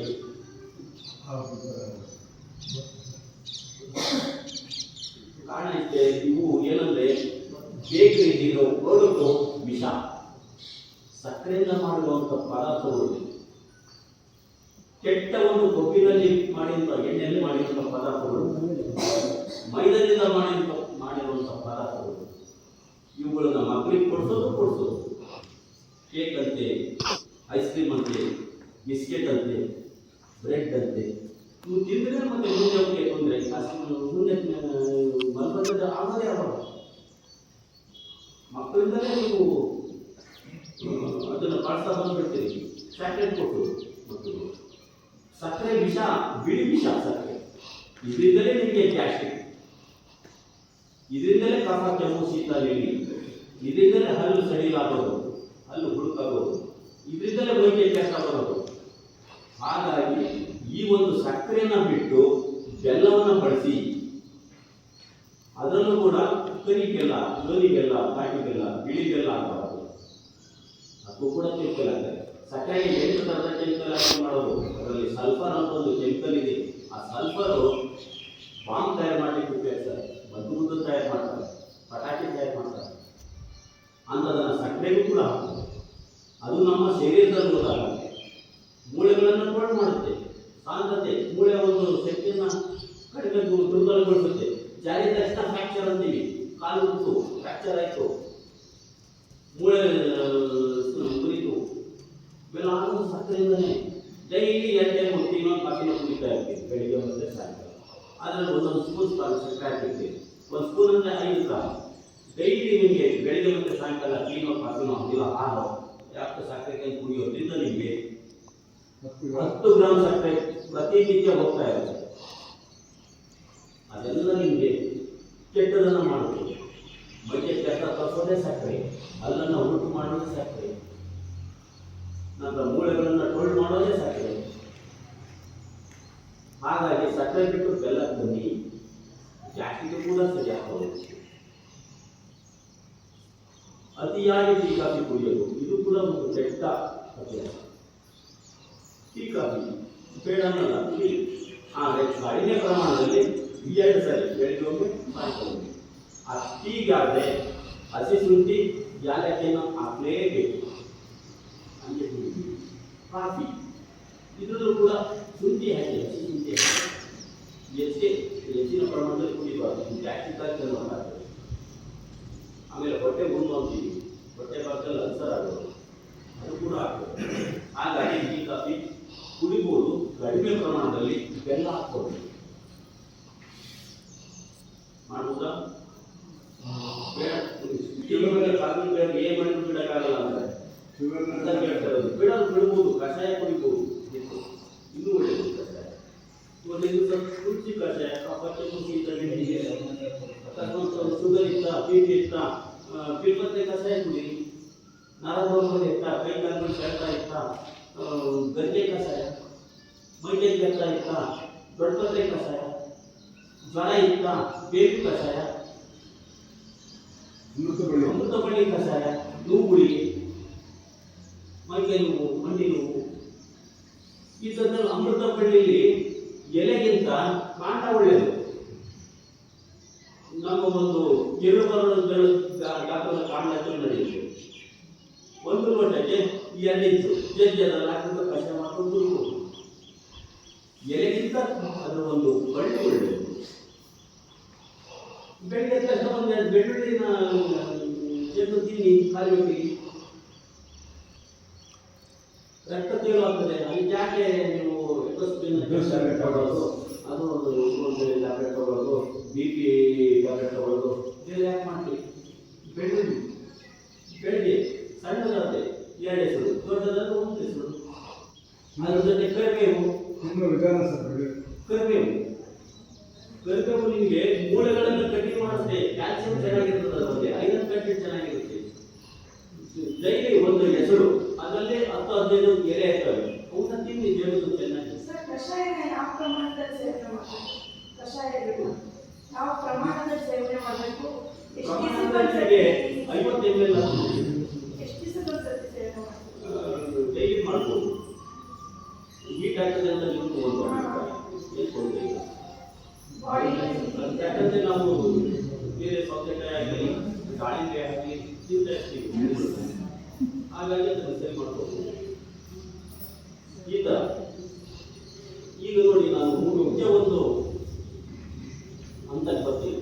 ಏನು ಅಂದರೆ, ಕಣ್ಣಿದೆ ನಮಗೆ, ಕಣ್ಣೇನಾರಾದ್ರೆ ಕಣ್ಣಿಗೆ ಹಾಕಬೇಕು ಅಲ್ವಾ? ಮೂಳೆ ಇದ್ದವರಿಗೆ ಮೂಳೆ ಏನಾದ್ರು ಇತ್ತು, ಏನೋ ನೋವಾಯಿತು ಅಂದರೆ ಮೂಳೆ ಹಾಕ್ಕೊಂಡು ಹೋಗ್ತೀವಿ. ಹೃದಯದ ಬಡಿತ ಏನೋ ಏರುತ್ತರಾಯಿತು ಅಂದರೆ ಹಾರ್ಟ್ ಸ್ಪೆಷಲಿಸ್ಟ್ ಹೋಗ್ತೀವಿ, ಹೌದಲ್ಲ? ಚರ್ಮ ಸಮಸ್ಯೆ ಇದ್ದರೆ ಚರ್ಮ ಶಾಸ್ತ್ರ ಹೋಗ್ತೀವಿ ಅಲ್ವಾ? ಇಲ್ಲೊಂದು ವಿಚಾರ ತಿಳ್ಕೊಳ್ಳಿ, ನಮ್ಮ ಶರೀರ ಆ ಥರ ಭಾಗಗಳಿಂದ ಆಗಿಲ್ಲ. ನಮ್ಮ ಶರೀರ ಆಗಿರೋದು ಒಂದೇ ಬಾಡಿ ಸೆಲ್ಲಿಂದ, ಜೀವಕಣದಿಂದ. ಇದು ಚೆನ್ನಾಗಿ ಗಮನ ಇಡಿ. ಯಾಕಂದ್ರೆ ಇವತ್ತಿನ ದಿವಸ ಎಲ್ಲರೂ ಪಾಠ ಮಾಡ್ಕೊಂಡಿದ್ದಾರೆ ಡಾಕ್ಟರ್ಗಳು. ಡಾಕ್ಟರ್ಗಳಿಗೆ ಬೇಜಾರಾಗ್ಬೋದು ಹೇಳಿದ್ರು, ಯಾಕಂದ್ರೆ ಕಣ್ಣಿನ ಡಾಕ್ಟರ್ ಅಂತೆ, ಕಿವಿ ಡಾಕ್ಟರ್ ಅಂತೆ, ENT ಡಾಕ್ಟರ್ ಅಂತೆ, ಮೂಳೆ ಡಾಕ್ಟರ್ ಅಂತೆ, ಭಾಗ ನಂದಿದ್ದು ನನ್ನ ಮಾಡ್ಕೊಂಡಿದ್ದಾರೆ. ಆದರೆ ಶರೀರ ಆ ರೀತಿ ಇಲ್ಲ. ಮಿಷಿನ್ ಅಲ್ಲ ಶರೀರ. ಮಿಷಿನ್ ಅಂದರೆ ಒಂದೆರಡು ಜೋಡಣೆ ಮಾಡಿರ್ತಾರೆ. ಶರೀರ ಆಗಿರೋದು ತಂದೆಯಿಂದ ಬಂದಂಥ ಒಂದೇ ಒಂದು ಬಾಡಿ ಸೆಲ್ ತಾಯಿ ಗರ್ಭದಲ್ಲಿ ಸೇರಿಕೊಂಡು 7 ರಿಂದ 9 ತಿಂಗಳು ಒಂದು ರೂಪ ತಾಳಿ ಹೊರಗೆ ಬರುತ್ತೆ. ಪ್ರಕೃತಿ ಇದಕ್ಕೆ ಕಣ್ಣು, ಕಿವಿ, ಮೂಗು, ಚರ್ಮ, ಮೂಳೆ ಅನ್ನೋದು ಏನಿಲ್ಲ, ಎಲ್ಲ ಒಂದೇ, ಹೌದಲ್ಲ? ಕೋಳಿ ಮೊಟ್ಟೆ ಏನಿರುತ್ತೆ ಒಳಗೆ ನೋಡಿರ್ತೀರಲ್ಲ, ಖಾಲಿ ಇರುತ್ತಾ, ಕೈ ಇರುತ್ತಾ, ಅದಕ್ಕೆ ಏನಾದ್ರು ಮೂತಿ ಇರುತ್ತಾ, ರೆಕ್ಕೆ ಇರ್ತಾವ? ಇಲ್ಲ. ಹೆಂಗಾಯ್ತು? ಪ್ರಕೃತಿ ಒಂದೇ. ಇಡೀ ಶರೀರ ಆಗಿದೆ. ಇದಕ್ಕೆ ಮೂಳೆ ಬೇರೆ, ಹಾರ್ಟ್ ಬೇರೆ, ಕಣ್ಣು ಬೇರೆ, ಮತ್ತೆ ಚರ್ಮ ಬೇರೆ ಅನ್ನೋದಿಲ್ಲ. ಇದು ಚೆನ್ನಾಗಿ ಅರ್ಥ ಮಾಡ್ಕೊಳ್ಳಿ. ಇದು ಎಲ್ಲ ಒಂದೇ, ಒಂದು ಕಾರಣದಿಂದ ಇಡೀ ಶರೀರ ಆಗಿರೋದು. ಅಂದ್ರೆ ಪ್ರಕೃತಿಯಲ್ಲಿರೋದನ್ನು ಬಳಸ್ಕೊಂಡು, ನಾನು ಆಗಲೇ ಹೇಳಿ ಪಂಚಮಹಾಭೂತಗಳು ಅಂತ ಹೇಳಿ, ಅದನ್ನ ಬಳಸ್ಕೊಂಡು ನಮ್ಮ ಶರೀರ ಆಗಿರೋದು. ಅದನ್ನ ನಾವು ಸರಿ ಮಾಡ್ಕೋಬೇಕು ಅಂದ್ರೆ, ನಮ್ಮ ಕಾಯಿಲೆಗಳು ಬರಬೇಕಾದ್ರೆ ನೋಡ್ಕೋಬೇಕು ಅಂದ್ರೆ, ಬಂದಿರೋ ಕಾಯಿಲೆನ ವಾಸಿ ಮಾಡ್ಕೋಬೇಕು ಅಂದ್ರೆ, ಇವತ್ತಿನ ದಿವಸ ಶುಗರ್ ಅಂತ ಹೇಳ್ತಾರೆ, BP ಅಂತ ಹೇಳ್ತಾರೆ, ಕ್ಯಾನ್ಸರ್ ಅಂತ ಹೇಳ್ತಾರೆ. ಇವು ಕಾಯಿಲೆ ಅಲ್ಲ, ಕಾಯಿಲೆಗಳಲ್ಲ ಇವು. ಕಾಯಿಲೆ ಅನ್ನೋದು ಯಾವುದಕ್ಕೆ ಅಂತೀವಿ ಅಂದ್ರೆ, ಯಾವುದಕ್ಕೆ ಮೆಡಿಸಿನ್ ಕೊಟ್ಟರೆ ವಾಸಿ ಆಗುತ್ತೋ ಅದಕ್ಕೆ ಕಾಯಿಲೆ ಅಂತ ಹೇಳ್ತೀವಿ. ಕಫ, ಕೆಮ್ಮು, ಜ್ವರ ಮೆಡಿಸಿನ್ ತಗೋತೀವಿ, ವಾಸಿ ಆಗುತ್ತಾ? ಅದಕ್ಕೆ ಕಾಯಿಲೆ. ಯಾವುದಕ್ಕೆ ಮೆಡಿಸಿನ್ ಕೊಟ್ಟರು ವಾಸಿ ಆಗಲ್ವೋ ಅವು ಕಾಯಿಲೆ ಅಲ್ಲ. ಅರ್ಥ ಆಗ್ತಿದೆಯಾ? ಅಂದ್ರೆ ಶುಗರ್ಗೆ ಎಲೆಕ್ಟ್ರಾನ್ ಮೆಡಿಸಿನ್ ತಗೋಬೇಕು ಅಂತಾರೆ, ಅದು ಕಾಯಿಲೆ ಅಲ್ಲ. ಕಾಯಿಲೆ ಆಗಿದ್ರೆ ವಾಸಿ ಆಗೋದು, ಮೆಡಿಸಿನ್ ಕೊಟ್ಟರೆ ವಾಸಿ ಆಗಬೇಕು, ಅದಕ್ಕೆ ನಾವು ಕಾಯಿಲೆ ಅಂತೀವಿ. ಅಂದ್ರೆ ಮೆಡಿಸಿನ್ ಕೊಟ್ಟರು ವಾಸಿ ಆಗಲ್ಲ ಅಂದ್ಮೇಲೆ ಮೆಡಿಸಿನ್ ಬೇಕಾಗಿಲ್ಲ. ಬೇಕಾಗಿರೋ ನಮಗೆ ನಾವು ಮಾಡೋ ಊಟ ಯಾವ ರೀತಿ ಇರಬೇಕು ಅನ್ನೋದನ್ನು ತಿಳ್ಕೋಬೇಕಾಗುತ್ತೆ. ಇವತ್ತಿನ ದಿವಸ ನೋಡಿ, ನಾವು ಗಾಳಿಯನ್ನ ತಿಳ್ಕೋಬೇಕು. ಮೊದಲನೇದಾಗಿ ಉಸಿರಾಟ. ಹುಟ್ಟಿದ ತಕ್ಷಣ ನಮ್ಗೆ ಬೇಕಾಗಿರೋದು ಗಾಳಿ. ನೀರು ಬೇಕಾ, ಏನು ಊಟ ಬೇಕಾ, ಹಾಲು ಬೇಕಾ? ಗಾಳಿ ಫಸ್ಟ್. ಹಾಗಿದ್ಮೇಲೆ ಹುಟ್ಟಿದ ತಕ್ಷಣ ನಮಗೆ ಗಾಳಿ ಬೇಕು. ನಾವು ಜೀವಂತವಾಗಿ ಇರಲಿಕ್ಕೂ ಗಾಳಿ ಬೇಕು ಅಲ್ವಾ? ಉಸಿರಾಟ ಅಂದ್ರೆ ನಾವು ಅರ್ಥ ಮಾಡ್ಕೋಬೇಕಾಗ್ತದೆ. ಉಸಿರಾಟದಿಂದಲೇ ನಾವು ಇರೋದು, ಊಟದಿಂದ ಅಲ್ಲ, ನೀರಿನಿಂದ ಅಲ್ಲ ಅಲ್ವಾ? ಊಟ ಬಿಟ್ಟು ನಾವು 2-3 ದಿವಸ ಇರ್ತೀವಿ, ನೀರು ಬಿಟ್ಟು ಒಂದು 4-5 ಗಂಟೆ ಇರ್ತೀವಿ. ಆದರೆ ಉಸಿರಾಟ ಬಿಟ್ಟು 1 ನಿಮಿಷ ಇರ್ತೀರ ನೋಡೋಣ. ಯಾವಾಗ ಉಸಿರು ನಿಲ್ಲೋದು? ಉಸಿರು ನಿಂತರೆ ಏನಾಗ್ತದೆ? ಹಾಗಿದ್ಮೇಲೆ 1 ನಿಮಿಷಕ್ಕೆ ಎಷ್ಟು ಉಸಿರಾಡ್ತೀವಿ ಹೇಳ್ತೀರಾ? ಸರಾಸರಿ ಒಂದು 15 ಸರಿ ಉಸಿರಾಡ್ತೀವಿ ಅಲ್ವಾ? ಎಷ್ಟೋ ಜನಕ್ಕೆ ಗೊತ್ತಿಲ್ಲ. ಗೊತ್ತಿದೆಯಾ? ಗೊತ್ತಿಲ್ಲ. ಯಾಕೆ ಪ್ರಾಣಾಯಾಮ ಮಾಡ್ತಾ ಇದ್ದೀರಿ ಆದ್ರೂ ಗೊತ್ತಿಲ್ಲ ಅಲ್ವಾ? ಅಂದ್ರೆ ಇದು ನಮ್ಮನ್ನ ಹಿಡಿದಿಟ್ಟಿರೋದು. ಫಸ್ಟ್ ಅದಕ್ಕೆ ಮಾನ್ಯತೆ ಕೊಡಬೇಕು. 1 ದಿವಸಕ್ಕೆ ನಾವು 2 ಗ್ಯಾಸ್ ಸಿಲಿಂಡರ್ ಅಷ್ಟು ಉಸಿರಾಡ್ತೀವಿ. 30 kg ಉಸಿರಾಟ ನಮಗೆ 1 ದಿವಸಕ್ಕೆ ಬೇಕು. ಆದರೆ ಗ್ಯಾಸ್ ಸಿಲಿಂಡರ್ಗೆ ನಾವು ಲೆಕ್ಕ ಇಡ್ತೀವಿ, ತಿಂಗಳಿಗೆ ಎಷ್ಟು ಹೋಗ್ತದೆ ಅಂತ ಹೇಳಿ, ಎಷ್ಟು ಗ್ಯಾಸ್ ಬೇಕು ತಿಂಗಳಿಗೆ. ಆದರೆ ನಿಮ್ಮ ಉಸಿರಾಟಕ್ಕೆ ಲೆಕ್ಕ ಇಡ್ತೀವಿ. ಪ್ರಕೃತಿಯಿಂದ ದಿವಸ 2 ಸಿಲಿಂಡರ್ ಗ್ಯಾಸ್ ಕೊಡ್ತಾ ಇದೆ ಅಂದ್ರೆ ಎಷ್ಟಾದ್ರು 2,000 ರೂಪಾಯಿ ಪ್ರತಿ ದಿವಸ ನಮಗೆ ಪ್ರಕೃತಿಯಿಂದ ಸಿಗ್ತಾ ಇದೆ. ಅದನ್ನ ಬಳಸ್ಕೊಳ್ಳಿ ಸರಿಯಾಗಿ. ಉಸಿರನ್ನ ಗಮನಿಸ್ತಾ ಇರಿ. ನೀವೇನು ಮಾಡೋದು ಬೇಕಾಗಿಲ್ಲ. ನಾನು ಹೆಂಗೆ ಉಸಿರಾಡ್ತಿದ್ದೀನಿ ಆಗಾಗ ಐಚ್ಛಿಕಾಗ ಉಸಿರು ಕಡೆ ಗಮನ ಕೊಡಿ.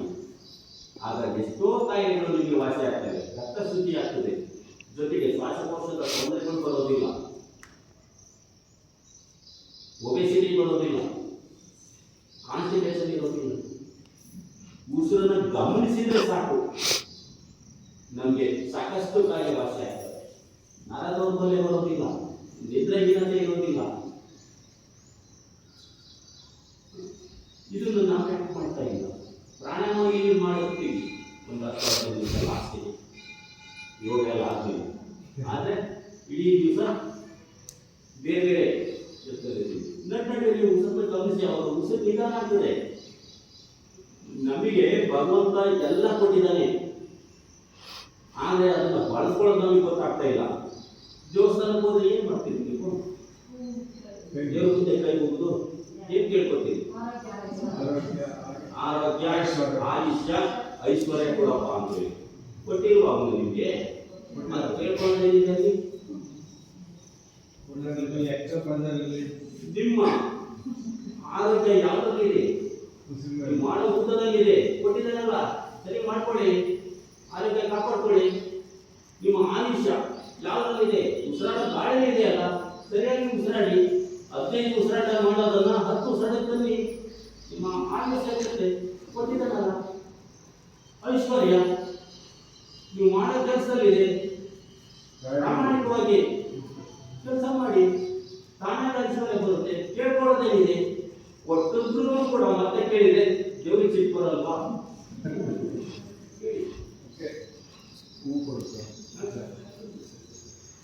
ಹಾಗಾಗಿ ದೇವರಿಗೆ ಏನ್ ಕೊಡಬೇಕು, ಏನ್ ಕೊಡಬೇಕು, ನಾವು ಮಕ್ಕಳಿಗೆ ಏನ್ ಮಾಡಬೇಕು, ಏನ್ ಕೊಡಬೇಕು, ಅವ್ರಿಗೆ ಯಾವ ರೀತಿ ನೋಡ್ಕೋಬೇಕು ಅನ್ನೋದು ತಂದೆ ತಾಯಿಗೆ ಚೆನ್ನಾಗಿ ಗೊತ್ತಿರುತ್ತೆ ಅಲ್ವಾ? ಅದೇ ರೀತಿ ದೇವರ ಮಕ್ಕಳು ನಾವು ದೇವ್ರಿಗೂ ಗೊತ್ತಿರುತ್ತೆ. ನೀವು ಮತ್ತೆ ಕೇಳ್ಕೊಳ್ಳೋದು ಅರ್ಥ ಇಲ್ಲ. ನಿಷ್ಕಾಮ ಭಕ್ತಿಯಲ್ಲಿ ಸುಮ್ಮನೆ ಹೋಗಿ ಕ್ಲೀನಾಗೆ ಕೈ ಮುಗಿರಿ, ಏನು ಇರ್ಬಾರ್ದು ಮನಸ್ಸಲ್ಲಿ. ಅದು ಕೊಡಪ್ಪ, ಇದು ಕೊಡಪ್ಪ, ನಾನು ಈ ಕಾಣಿಕೆ ಆಗ್ತೀನಿ, ಆ ಕಾಣಿಕೆ ಆಗ್ತೀನಿ, ಅವೆಲ್ಲ ಏನಂತಾರೆ ಅದನ್ನ ಸರಿ ಮಾಡ್ಕೊಳ್ಳಿ. ಮನಃಶುದ್ಧಿ ಆಗ್ತದೆ.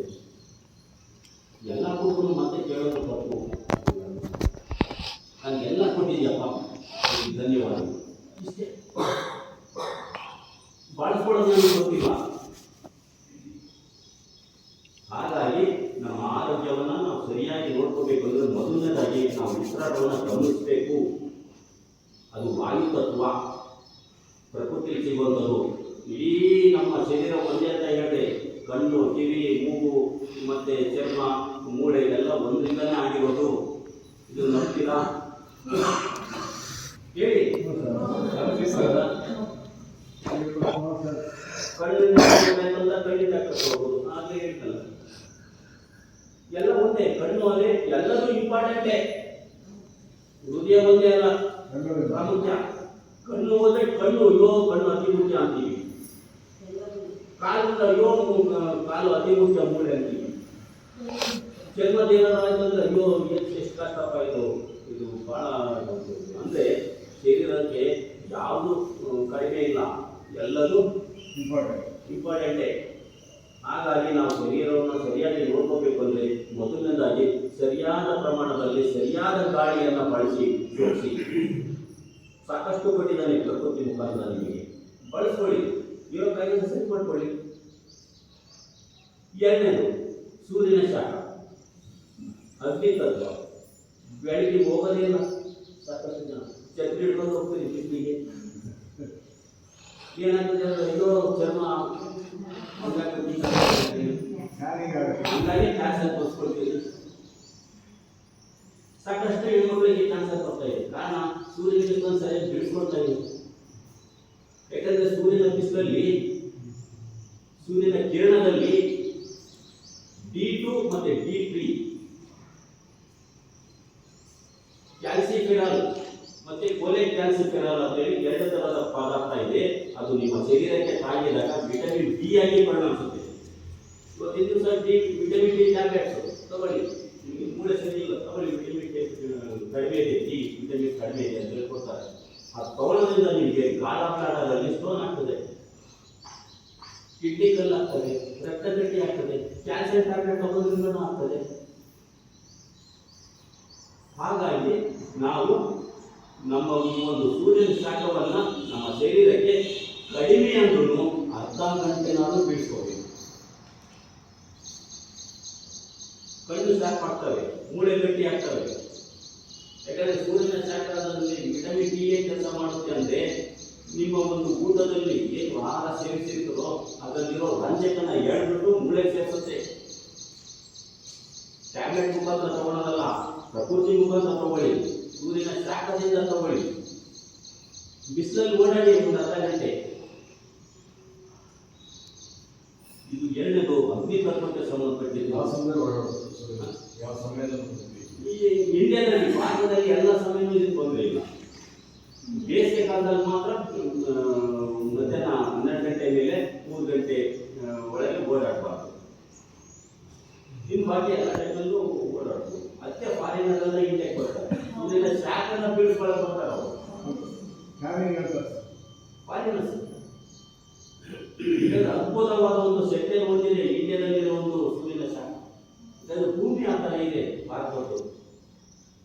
ಹಾಗಾಗಿ ಸೂರ್ಯನ ಶಾಖವನ್ನು ನಾವು ಮನೆಗೆ ಬೀಳ್ಕೊಳ್ಳೋದ್ರಿಂದ ಮೂಳೆಗಳನ್ನು ಗಟ್ಟಿ ಮಾಡ್ಕೊಳ್ತೀವಿ, ಹಲ್ಲುಗಳನ್ನು ಗಟ್ಟಿ ಮಾಡ್ಕೊಳ್ತೀವಿ, ಕಣ್ಣುಗಳನ್ನು ಶಾಖ ಅಂದರೆ ದೃಷ್ಟಿಯನ್ನು ಸರಿ ಮಾಡ್ಕೊಳ್ತೀವಿ, ಚರ್ಮ ರೋಗವನ್ನು ಸರಿ ಮಾಡ್ಕೊಳ್ತೀವಿ. ಸಾಕಷ್ಟಿದೆ ನಮಗೆ ಸೂರ್ಯನ ಶಾಖದಲ್ಲಿ. ಅದನ್ನೊಂದು ಸರಿಯಾಗಿ ಬಳಸ್ಕೋಬೇಕು. ಫ್ರೀಯಾಗಿ ಸಿಗುವಂಥದ್ದು ಹೇಳ್ತಿರೋದು ನಾವು. ಮೂರನೇದು ಜಲತತ್ವ ಅಂತೇಳಿ, ನೀರು. ಇದನ್ನ ಯಾರು ಏನು ಹೇಳೋದೇ ಇಲ್ಲ. ಹೆಚ್ಚೆಚ್ಚು ನೀರು ಕುಡೀರಿ, ಎಷ್ಟು ನೀರು ಕುಡಿದ್ರೆ ಅಷ್ಟು ಒಳ್ಳೆಯದು ಅಂತ ಹೇಳಿ ನಿಮಗೆ ತಿಳಿಸಿ ಕೊನೆಗೆ ಕಿಡ್ನಿ ಪ್ರಾಬ್ಲಮ್ ಬಂದಮೇಲೆ ನೀರು 1 ಲೀಟರ್ ಒಳಗೆ ಕುಡೀರಿ ಅಂತ ಗೊತ್ತಿದೆ ಅಂತ ನೋಡಿದ್ದು. ಅದೇ ಹೇಳೋರವ್ರೆ ಆ ತೊಂದರೆ ಬಂದರೆ ಕಡಿಮೆ ಮಾಡೋದು ಅಂದ್ರೆ ಜಲತತ್ವವನ್ನು ನಾವು ಸರಿಯಾದ ಪ್ರಮಾಣದಲ್ಲಿ ಸರಿಯಾದ ಸಮಯಕ್ಕೆ ಸರಿಯಾಗಿ ಕುಡಿಬೇಕು. ಅಂದ್ರೆ ನೀರನ್ನು ಯಾವತ್ತೂ ಎತ್ತಿ ಕುಡಿಬೇಡಿ. ಬಾಟ್ಲಿನಾಗಿರಲಿ ಕಚ್ಚಿ ತುಟಿ ಮುಖಾಂತರ ಹೋಗ್ಬೇಕು ನೀರು ಒಳಗೆ, ಕಚ್ಚಿ ಮುಕ್ಕಳಿಸ್ಬೇಕು. 7-8 ಸರಿ ಬಾಯಿ ಹಾಕೊಂಡು ಮುಕ್ಕಳಿಸ್ಬೇಕು, ಮುಕ್ಕಳಿಸಿ ನುಂಗಬೇಕು. ಆಗ ನಮಗೆ ಬಾಯಲ್ಲಿರೋ ನಾನರಸ ಇದೆಯಲ್ಲ, ಜೊಲ್ಲು ರಸ, ಅದು ನೀರಿನ ಸಮೇತ ಸೇರಿಕೊಂಡು ಹೊಟ್ಟೆಗೆ ಹೋದಾಗ ಗ್ಯಾಸ್ಟ್ರಿಕ್ ಅನ್ನು ತಡೆಯುತ್ತೆ, ಮಲಬದ್ಧತೆಯನ್ನು ತಡೆಯುತ್ತೆ, ಸರಿ ಮಾಡಿಕೊಳ್ಳುತ್ತೆ. ನಂತರ ಕಿಡ್ನಿ ಸಮಸ್ಯೆನ ಸರಿ ಮಾಡುತ್ತೆ. ಕಿಡ್ನಿಗೆ ಹೊರೆ ಆಗೋದಿಲ್ಲ, ಮೂತ್ರಪಿಂಡಕ್ಕೆ ಸಲೀಸಾಗಿ ಕೆಲಸ ಮಾಡೋ ಅವಕಾಶ ಮಾಡಿಕೊಡುತ್ತೆ. ನಿಮ್ಮ ನೀರಿನ ಜೊತೆ ನಿಮ್ಮ ಉಗುಳು ಹೋದಾಗ ಚರ್ಮ ತೇವಾಂಶ ಆಗ್ತದೆ. ಅಂದರೆ ನೀವು ಕೆಲ ತಕ್ಷಣ ಬಿಳಿ ಬರೋದಿಲ್ಲ, ಸುಟ್ಟು ಗಟ್ಟಲ್ಲ ಚರ್ಮ. ಬ್ಯೂಟಿ ಪಾರ್ಲರ್ಗೆ ಹೋಗೋದಲ್ಲ. ಇವತ್ತು ಸ್ವಲ್ಪ ಹೊಳಪಾಗಿ ಇರಬೇಕು ಅಂದರೆ ಕಚ್ಚಿ ಮುಕ್ಕಳಿಸಿ ನೀರನ್ನು ಕುಡಿಬೇಕು.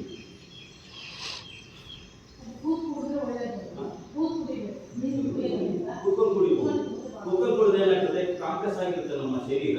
ನೀರು ಸ್ವಲ್ಪ ಹೊಟ್ಟೆ ಭಾಗದಲ್ಲಿ ಸ್ವಲ್ಪ ಸಮಯ ಇರುತ್ತೆ, ಡೈರೆಕ್ಟ್ ಕಿಡ್ನಿಗೆ ಹೋಗಲ್ಲ. ನಿಜವಾಗಿ ಕುಡಿದ್ರೆ ಡೈರೆಕ್ಟ್ ಕಿಡ್ನಿಗೆ ಹೋಗ್ತದೆ. ಇದಕ್ಕೆ ಮೂತ್ರ ಅತಿ ಬೇಗ ಮಾಡಬೇಕು ಅನಿಸುತ್ತೆ, ಅವಸರ ಮೂತ್ರ ಆಗ್ತದೆ. ನೀರನ್ನು ನಾವು ನೋಡಿ, ನೀವು ಎಷ್ಟು ತೂಕ ಇದೆಯೋ ಅದಕ್ಕೆ ತಕ್ಕಂತೆ ನೀರು ಕುಡಿಬೇಕು. ಈಗ 50 kg ಇರೋದು 3 ಲೀಟರ್ ನೀರು ಕುಡಿ, 100 kg ಇರೋದು 3 ಲೀಟರ್ ನೀರು ಕುಡಿ ಅಂತ ಹೇಳ್ತಾರೆ. ಅದು ತಪ್ಪು. ನೀರನ್ನು ನಾವು ಕಚ್ಚಿ ಮುಕ್ಕಳಿಸಿ ಕುಡಿದಾಗ ನಮಗೆ ಎಷ್ಟು ಸೇರಬೇಕು ನೀರು ಅಷ್ಟೇ ಸೇರುತ್ತೆ.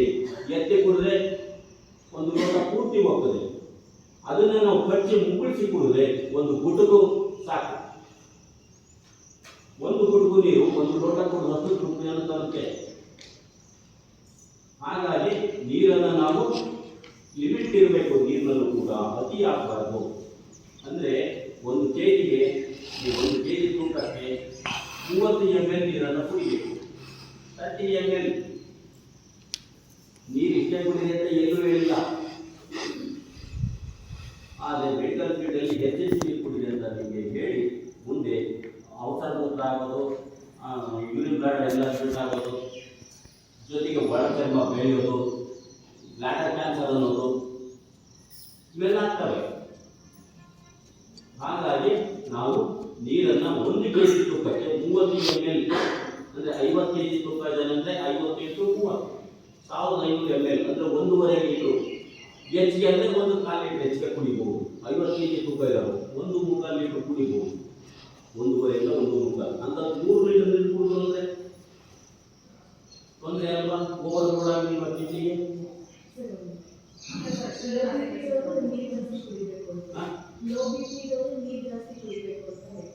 ಹೇಳ್ತಾರೆ ನಿಜ. ಆದರೆ low B P I B P ಅನ್ನೋದು ನಿಮ್ಮಲ್ಲಿ ಇಲ್ಲ. ಆದರೆ ಮೆಡಿಕಲ್ ಫೀಲ್ಡಲ್ಲಿ ಮಾರ್ಕ್ ಮಾಡಿ ಇಟ್ಟಿದ್ದಾರೆ. ಸ್ವಲ್ಪ ಅರ್ಥ ಮಾಡ್ಕೊಳ್ಳಿ. Low B P I B P ಅನ್ನೋದು ಇಲ್ಲವೇ ಇಲ್ಲ. Sir mineral water B P ಒಂದೇ. ಮಿನರಲ್ ವಾಟರ್ಸ್ ಕುಡಿಯೋದು ಒಳ್ಳೆದಾ? ಮಿನರಲ್ ವಾಟರ್ಸ್ ಅಂದ್ರೆ ನಿಮಗೆ ಮಿನರಲ್ ವಾಟರ್ ಅಲ್ಲಿ ಮಿನರಲ್ಸ್ ಇರೋದಿಲ್ಲ. ಬರೀ ಅದು ಡಿಸ್ಟಿಲ್ ವಾಟರ್ ತರ ಅರಿಯೋ ನೀರನ್ನು ನಾವು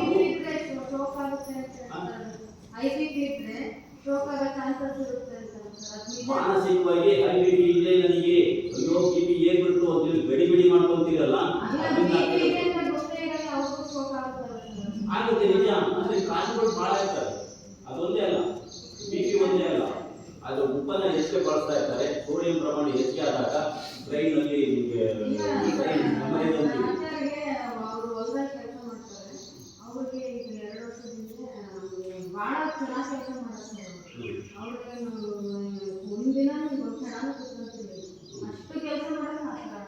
ಊನಮ್ಮ ಅಲ್ಲಿ ಪದಾರ್ಥ ಊಟ ಸರಿ ಇಲ್ಲ. ಫಸ್ಟ್ನೇದಾಗಿ ನಾನು ಹೇಳಿದೆ, ಊಟವನ್ನ ಬಲ್ಲವರಿಗೆ ರೋಗವಿಲ್ಲ. ಗಾಳಿ ಇದೆ ಗೊತ್ತಾ ನಿಮಗೆ? ಮಾತು ಬಲ್ಲವರಿಗೆ ಜಗಳವಿಲ್ಲ ಅಂತ ಹೇಳಿ. ನಾವು ಯಾವಾಗಲೂ ಕೂಲಾಗಿರ್ಬೇಕು, ಹೊಟ್ಟೆ ಬಿಸಿ ಇರಬೇಕು, ತಲೆ ಭಾಗ ತಂಪಿರಬೇಕು. ಆವಾಗ ನಮಗೆ ಈ ಪ್ರಾಬ್ಲಮ್ ಸಾಲ್ವ್ ಆಗೋದಿಲ್ಲ, ಈ ಕಾಯಿಲೆಗಳು ಬರೋದಿಲ್ಲ. ರೋಗ ಅನ್ನೋದು 4 ಕಾರಣ ಇದೆ. ಅದಕ್ಕೆ ಬಿ ಪಿ ಒಂದೇ ಅಲ್ಲ. ಅವೆಲ್ಲ ನೀವು ಬೆಲೆನ ತರಕಾರಿ. ಬಿ ಪಿ ಇರೋರು ಎಷ್ಟು ಜನ ಹೈ ಬಿ ಪಿ ಇರೋರಿದ್ದಾರೆ ಗೊತ್ತಾ? ಯಾಕೆ ಏನು ಆಗಿಲ್ಲ, ಆರಾಮಿದ್ದಾರೆ. ಅಂದ್ರೆ ಎಲ್ಲಿಗೆಲ್ಲ ಬರ್ತಾ ಇದೆ ಇಲ್ಲಿ ಕಾಯಿಲೆ? ಎಲ್ಲಿಗೆಲ್ಲೇ ನಿಮಗೆ ಕಾಯಿಲೆ ಎಲ್ಲಿಗೆರೆ ಕಾಯಿಲೆ ಧೈರ್ಯನೇ ಔಷಧಿ. ಯಾಕೆ ಕೊಟ್ಟರೆ ಕಾಯಿಲೆ ಬರ್ಕೊಳ್ತೀರಿ, ಧೈರ್ಯವಾಗಿದ್ದರೆ ಕಾಯಿಲೆ ಸರಿ ಮಾಡ್ಕೊಡ್ತೀವಿ. ಮೆಡಿಸಿನ್ BDS ಅಷ್ಟೇ, ಲೈಫಲ್ಲ ಮೆಡಿಸಿನ್. ಪ್ರಶ್ನೆ ಕೇಳಬೇಡಿ. ಈಗ ನೋಡಿ 3 ತತ್ವಗಳಾದವು: ವಾಯುತತ್ವ, ಜಲತತ್ವ ಮತ್ತು ಇನ್ನೇ 2 ತತ್ವ ಯಾವುದು? ನಿಮ್ಮ ಮಧ್ಯದಲ್ಲಿ ಏನಂತ ಕೇಳಿದ್ರೆ ಆಮೇಲೆ ಈಗ ಪ್ರೋಟೀನ್ ತತ್ವ ನಾವು ಮಾಡಬೇಕು. ಪ್ರೋಟೀನ್ ತತ್ವ ಯಾವ ರೀತಿ ಮಾಡಬೇಕು, ಎಷ್ಟು ಪ್ರಮಾಣ ಮಾಡಬೇಕು, ಯಾಕೆ ಇಲ್ಲಿ ಜಲತತ್ವ ಇನ್ನೊಂದು ಸ್ವಲ್ಪ ಇದೆ. ಅಂದ್ರೆ ಬಾಯಕ್ಕೆ ಆದಾಗ ನೀರನ್ನು ಕುಡಿಬೇಕು. ಸುಮ್ಮನೆ ನೀರು ಕುಡಿಯೋದಲ್ಲ, ಅದಲ್ಲ ಸರ್ ಇನ್ನೊಂದು ಸರ್, ಕಡಿಮೆ ಆದಾಗ, ಆಯಾಸ ಆದಾಗ ನೀರನ್ನ ನಮ್ಮ ಊಟಕ್ಕಿಂತ ಮೊದಲು ಕುಡಿಬೇಕು, ಊಟ ಆದ್ಮೇಲೆ ಕುಡಿಬೇಕು. ಅದು ಏನು ತೊಂದರೆ ಇಲ್ಲ, ಯಾವ ಟೈಮ್ ಏನು ಕುಡಿಬೋದು. ಆದರೆ ಇವ್ರು ಕೆಲವರು ಮಾಡ್ಕೊಂಡಿದ್ದಾರೆ, ಊಟಕ್ಕಿಂತ ಮುಂಚೆ ಒಂದು ಅರ್ಧ ಗಂಟೆ ಬಿಟ್ಟು ನೀರು ಕುಡಿಬೇಕು ಅಂತೇಳಿ. ಊಟ ಟೈಮಲ್ಲಿ ಏನಾದ್ರು ನಿಮಗೆ ಗಂಟಲ್ಲಿ ಏನಾದ್ರು ಮತ್ತೆ ಸಿಕ್ಕಂತು ಅಂದರೆ ಸ್ವಲ್ಪ ಕುಡಿಬೋದು. ಊಟ ಆದ್ಮೇಲೆ ಒಂದು ಗಂಟೆ ಬಿಟ್ಟು ಕುಡಿಬೇಕು ಅನ್ನೋದಿಲ್ಲ, ಸ್ವಲ್ಪ ಕುಡಿಬೋದು, ಏನು ತೊಂದರೆ ಇಲ್ಲ. ಯಾಕಂದ್ರೆ ಈಗ ನಾವು ಊಟವನ್ನು ಜಗ್ಗು ಮಾಡ್ತಾ ಇರ್ತೀವಿ, ಬಿಸಿ ಆಗ್ತಾ ಇರುತ್ತೆ, ಹೊಟ್ಟೆಗೆ ಹೋದಾಗ ಬಿಸಿ ಇರುತ್ತೆ, ಬಿಸಿ ಜೀರ್ಣಕ್ರಿಯೆ ನಡೀತಾ ಇರುತ್ತೆ. ಅಗ್ನಿ ತತ್ವ ಒಳಗಡೆ ಬೆಂಕಿ ಜೀರ್ಣ ಮಾಡ್ತಾ ಇರುತ್ತೆ. ನೀರಲ್ಲಿ ತಕ್ಕಂದು ಸ್ವಲ್ಪ ಲೇಟ್ ಆಗ್ತದೆ, ಗ್ಯಾಸ್ಟ್ರಿಕ್ ಆಗಿ ಪರಿಣಿಸುತ್ತೆ. ಹಾಗಾಗಿ ಊಟದ ನಡುವೆ ನೀರನ್ನು ಕುಡಿಬೇಡಿ ಅಂತ ಹೇಳ್ತೀವಿ. ಆದರೂ ಅಲ್ಪ ಪ್ರಮಾಣದಲ್ಲಿ ಕುಡಿದ್ರೆ ಪ್ರಾಬ್ಲಮ್ ಇಲ್ಲ. ಅರ್ಥ ಇದೆಯಾ? ನಂತರ ಜಲತತ್ವದಲ್ಲಿ ನೀರನ್ನು ದಾಹ ಇದ್ದಾಗ, ಬಾಯಕ್ಕಾದಾಗ ಕಚ್ಚಿ ಮುಗುಳಿಸಿ ಕುಡಿಬೇಕು. ಬೆಳಿಗ್ಗೆ ಎದ್ದ ತಕ್ಷಣ ಆಳು ಬಾಯಿಲೇ ನೀರನ್ನು ಕುಡಿಬೇಕು, ಅಲ್ಲುಚ್ಚಿ ಕುಡಿಬಾರ್ದು. ಇದು ಪ್ರಕೃತಿ. ಯಾವ ಪ್ರಾಣಿ ಪಕ್ಷಿ ಬೇಡ, ಉಗುಳ್ತವೆ ಕೋಸಿನಲ್ಲಿ. ಯಾವ್ದಾದ್ರು ಉಗುಳ ಪ್ರಾಣಿ ನೋಡಿದ್ದೀರಾ?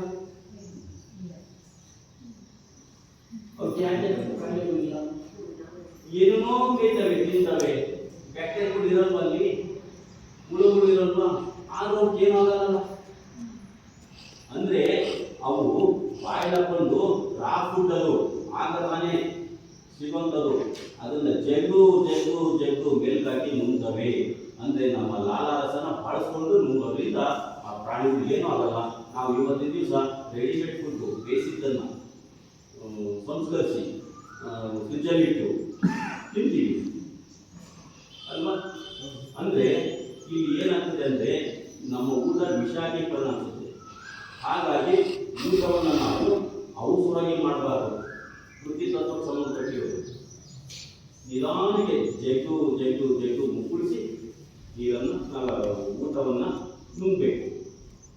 ಅಂದ್ರೆ ಅರ್ಧ ಹೊಟ್ಟೆಗೆ ಹೊಟ್ಟೆ ತುಂಬಿಸ್ಕೋಬೇಕು ನೀವು. ಆಗಲೇ ಹೇಳಿದೆ, ಹೊಟ್ಟೆ ತುಂಬ ಊಟ ಮಾಡಿದ್ರೆ ಗ್ಲೂಕೋಸ್ ಲೆವೆಲ್ ರಕ್ತದಲ್ಲಿ ಜಾಸ್ತಿ ಆಗಿ ಸುಟ್ಟು ಶಕ್ತಿ ಆಗದೆ ಇರುವಂಥ ಗ್ಲೂಕೋಸ್ ಮುಡಿದು ಅದು ಫ್ಯಾಟ್ ಆಗಿ ಕನ್ವರ್ಟ್ ಆಗ್ತದೆ ಅಂತ ಹೇಳಿ. ಅದನ್ನು ನೀವು ಸರಿ ಮಾಡ್ಕೋಬೇಕು ಅಂದರೆ ಊಟವನ್ನು ಅರ್ಧ ಹೊಟ್ಟೆಗೆ ಹೊಟ್ಟೆ ತುಂಬಿಸ್ಕೋಬೇಕು. ಅಯ್ಯೋ ನನಗೆ ಆಗಲ್ಲ ಅಂತಂದರೆ ಇದು ಅದೊಂದು ಉಪಾಯ ಇದೆ. ಏನು ಅಂದರೆ ಒಂದು ತುತ್ತು ಬಾಯಿಲಿಟ್ಟು ನಾವು 20 ರಿಂದ 40 ಸರಿ ಜಗದು ಮುಕ್ಕಳಿಸಿ ನುಂಗಿದಾಗ ನಿಮ್ಮ ಉಗುಳು ನೀವು ಬಾಯಿಲಿಟ್ಟ ತುತ್ತು ಎರಡೂ ಹೊಟ್ಟೆಗೆ ಹೋದಾಗ 2 ತುತ್ತು ಅನಿಸುತ್ತೆ. ಇಲ್ಲಿ ಹೊರಗಡೆ ಬೆಳಗ್ಗೆ ಟಿಫನ್ಗೆ ನನಗೆ 8 ಇಡ್ಲಿ ಬೇಕು ಹೊಟ್ಟೆ ತುಂಬಲಿಕ್ಕೆ ಅಂತ ಹೇಳಿದರೆ ಅದೇ ಇಡ್ಲಿಯನ್ನು ನಾವು 2 ಸರಿ ಜಗದ್ ಬೇಡ 20 ಸರಿ ಜಗದು ಮುಕ್ಕಳಿಸಿ ನುಂಗಿದಾಗ 4 ಇಡ್ಲಿ ಹೊಟ್ಟೆ ತುಂಬುತ್ತೆ. ಅರ್ಥ ಆಗ್ತಿದೆಯಾ? ಬರೀ 4 ಇಡ್ಲಿಗೆ ಹೊಟ್ಟೆ ತುಂಬಿಸ್ಕೊಳ್ಳೋದು ಹೆಂಗೆ ಅಂದರೆ 20 ಸರಿ ಜಗದು ಮುಕ್ಕಳಿಸಿ ನುಂಗಿದಾಗ ಮಾತ್ರ ಉಗುಳು ನಿಮ್ಮ ಇಡ್ಲಿ ತುತ್ತು 2 ಸೇರಿ ಹೊಟ್ಟೆ ಬಂದರೆ 2 ತುತ್ತಾಗ್ತದೆ.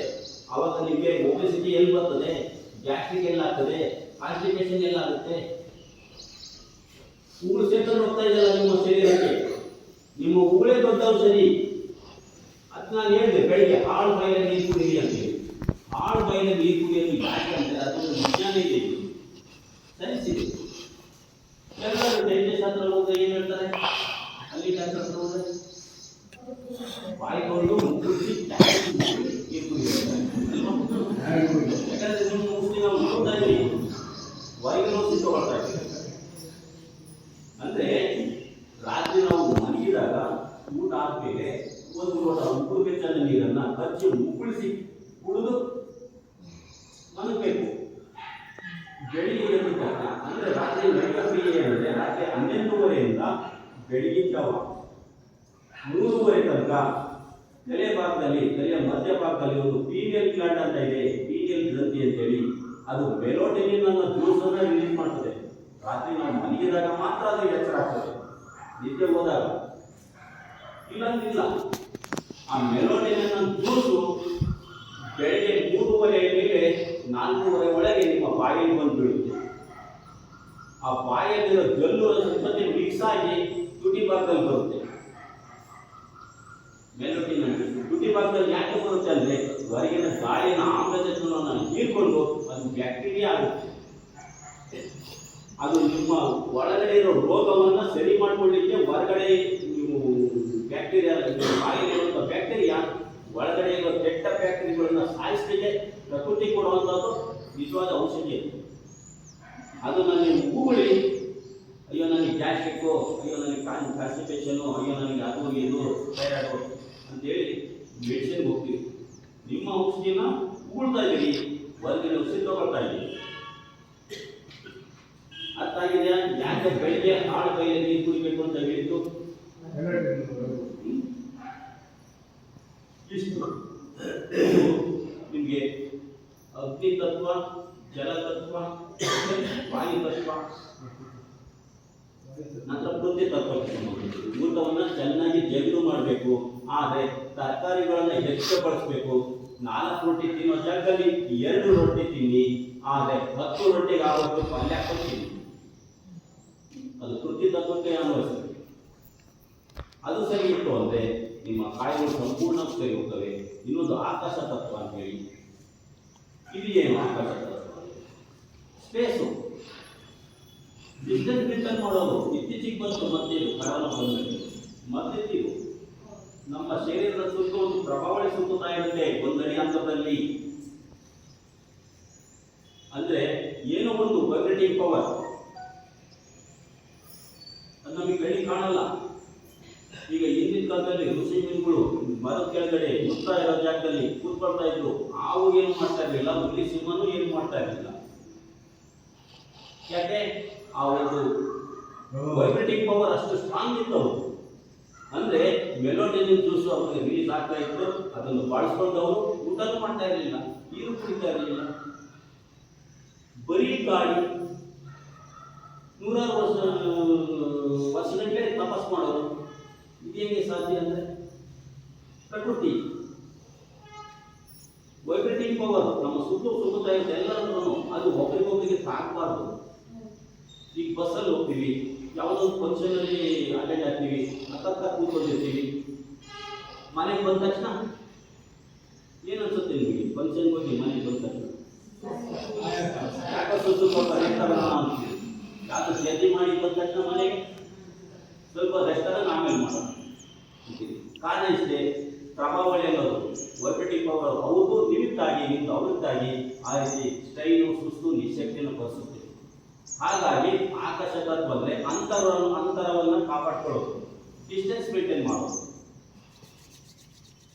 ಅರ್ಥ ಇದೆಯಾ? ಇಷ್ಟನ್ನು ನಾವು ಸರಿಯಾಗಿ ಬಳಸ್ಕೊಂಡ್ರೆ ಕುಡಿಯ ನೀರು ಇರ್ಬೋದು, ಉಸಿರಾದ ಗಾಳಿ ಇರ್ಬೋದು, ಸೂರ್ಯನ ಶಾಖ ಇರ್ಬೋದು, ನಮ್ಮ ಒಂದು ಪೃಥ್ವಿ ತತ್ವ ಆಹಾರ ಇರ್ಬೋದು, ಡಿಸ್ಟೆನ್ಸ್ ಮೇಂಟೈನ್ ಮಾಡೋದಿರ್ಬೋದು. ಇವನ್ನ ನಾವು ಸರಿಯಾದ ಕ್ರಮದಲ್ಲಿ ಮಾಡಿಕೊಂಡ್ರೆ ನಮಗೆ ಯಾವ ಮೆಡಿಸಿನ್ ಬೇಕಾಗಿಲ್ಲ. ಇರೋ ಕಾಯಿಲೆ ಕೂಡ ಸರಿ ಹೋಗ್ತವೆ. ತಾತ್ಕಾಲಿಕ ಮೆಡಿಸಿನ್ ಬೇಕು, ಎಮರ್ಜೆನ್ಸಿ ಅಷ್ಟೇ ನಾನು ಹೇಳ್ತಾ ಇರೋದು. ಶುಗರ್ಗಾಗಲಿ, BP-ಗಾಗಲಿ, ಥೈರಾಯ್ಡ್ಗಾಗಲಿ ಯಾವ ಮೆಡಿಸಿನ್ ಬೇಕಾಗಿಲ್ಲ.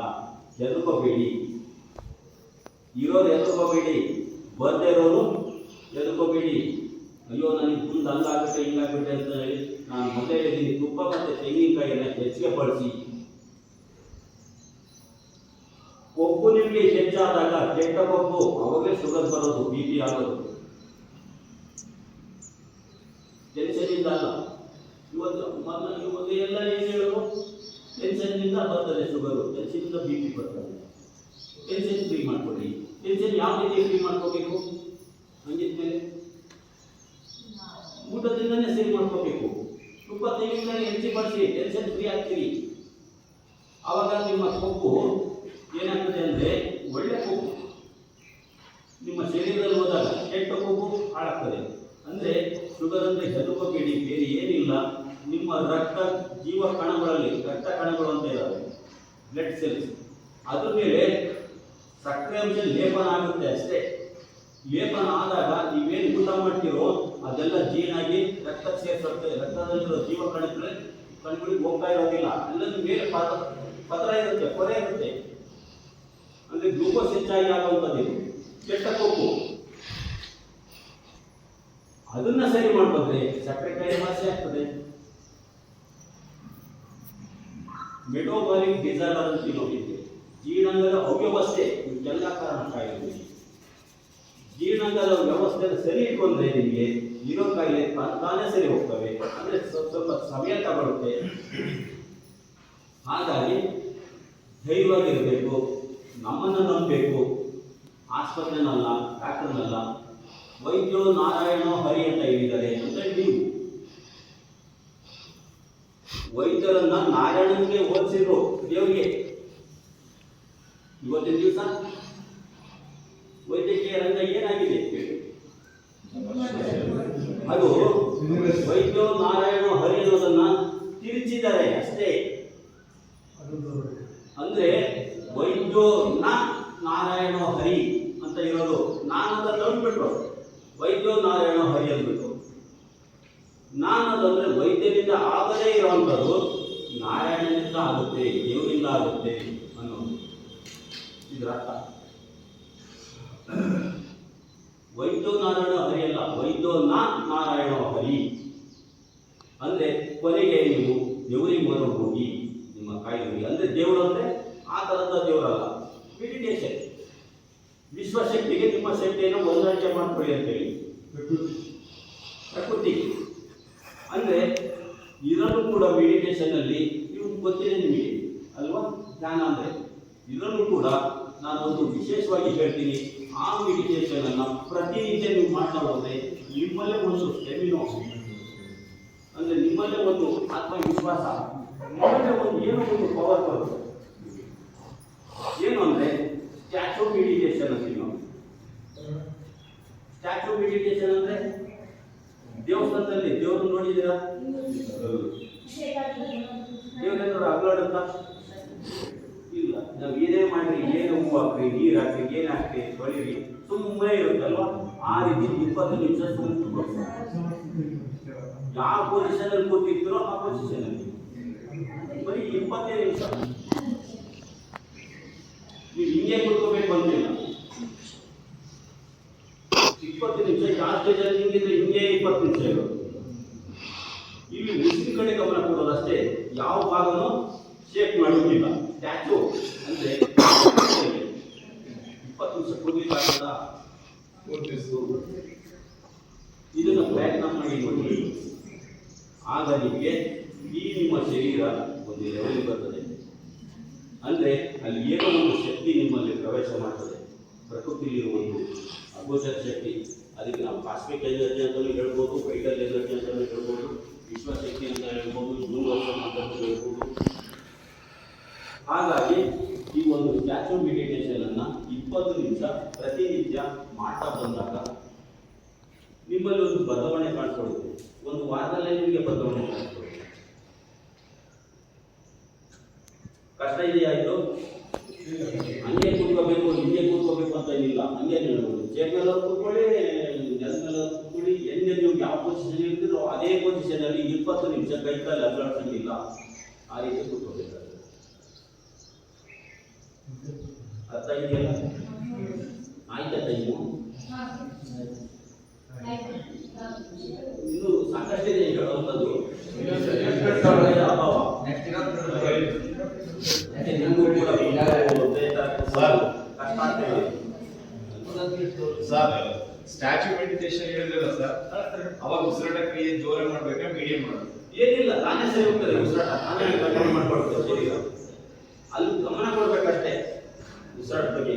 ನಾನು ಹಂಗೆ ಉಸಿರಾಡಬೇಕು, ಹಿಂಗೆ ಉಸಿರಾಡಬೇಕು ಅನ್ನೋದಿಲ್ಲ. ಒಟ್ಟು ಒಂದು ಗಮನ.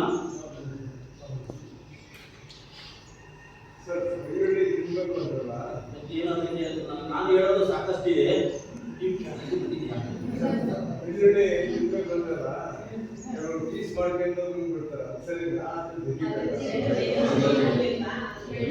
ಜಗತ್ತು ಮುಕ್ಕಳಿಸಿ ನಿಲ್ಲಿಸಬೇಕು. ಅಕಸ್ಮಾತ್ ಅಲ್ಲಿ ಇರದೇ ಇರೋರು ಇದರಲ್ಲೇ ಚಪಾತಿನೋ ರೊಟ್ಟಿನೋ ಸಂಬಂಧನೋ ಪಲ್ಯದಲ್ಲೂ ಸ್ವಲ್ಪ ಮಿಕ್ಸ್ ಮಾಡ್ಕೊಂಡು ಸ್ವಲ್ಪ ಮೆತ್ತಗಾದ್ಮೇಲೆ ಬಾಯಿಗೆ ಬಂದು ಮುಕ್ಕಳಿಸ್ಬೇಕು. ಮುಕ್ಕಳಿಸೋದು ಒಂದು 10-15 ಸರಿ ಮುಕ್ಕಳಿಸ್ಬೇಕಾಗ್ತದೆ. ಮುಕ್ಕಳಿಸಿ ನುಂಗಿದ್ರೆ ನಿಮಗೆ ಊಟನೂ ಕಡಿಮೆ ಪ್ರಮಾಣದಲ್ಲಿ ಸೇರುತ್ತೆ, ನಿಮ್ಮ ಡೈಜೆಷನ್ ಪವರ್ ಇಂಪ್ರೂವ್ಮೆಂಟ್ ಆಗ್ತದೆ, ಕಾನ್ಸ್ಟಿಪೇಷನ್ ಇರಲ್ಲ, 3 ಸೆಕೆಂಡ್ ಹೊಟ್ಟೆಗೆ ಹೋಗ್ಬೇಕು.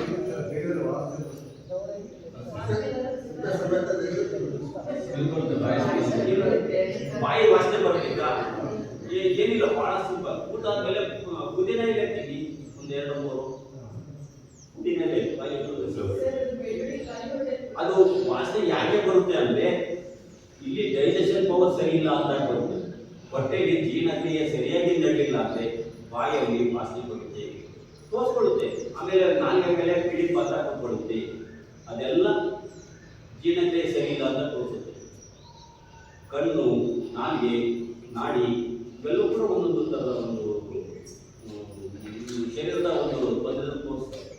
ಅದಕ್ಕೆ ನಾವು ಲ್ಯಾಬ್ಗೆ ಹೋಗಿ ಟೆಸ್ಟ್ ಮಾಡ್ಕೋಬೇಕು ಅಂತೇನಿಲ್ಲ.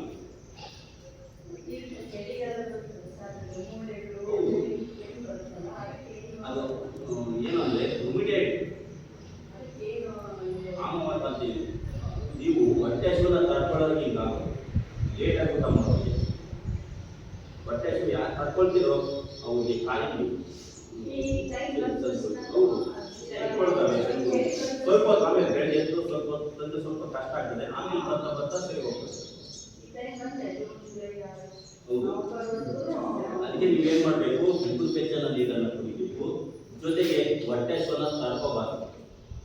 ಬೇಗ ರಾತ್ರಿ ಒಂದು ಗಂಜಿ ಮಾಡಿಟ್ಕೊಳ್ಳಿ ನಿಮ್ಮ ಹಾಸಿಗೆ ಪಕ್ಕ, ಮಲಗೋ ಜಾಗದಲ್ಲಿ.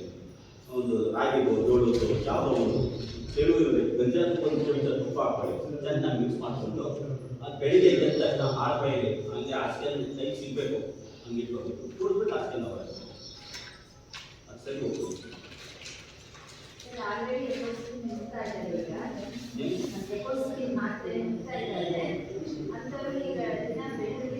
ಬೆಳ್ಳುಳ್ಳಿ ಕರಿಬೇವು ತಿಂದು ಜೊತೆಗೆ ಒಂದು 4 ಗಂಟೆ ಬಿಟ್ಟು 1 ಲೋಟ ಉಗುರು ಬೆಚ್ಚನ ನೀರಿಗೆ ಲಿಂಬೆ ಅರ್ಧ ಒಳು ಲಿಂಬೆ ಗುಳಿ ಇಟ್ಕೊಂಡ್ಬಿಟ್ಟು ಅದಕ್ಕೆ ಚಿಟಿಕೆ ಅಡಿಗೆ ಸೋಡಾ ಹಾಕೊಂಡು ಕುಡಿಬೇಕು.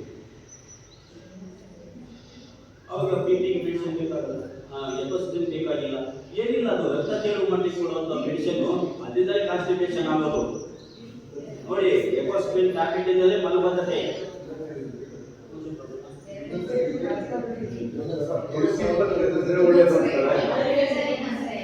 ಬೆಳ್ಳುಳ್ಳಿ ಕರಿಬೇವು ದಳದಲ್ಲಿರುವಂಥದ್ದು ಒಂದು 15 ಕರಿಬೇವು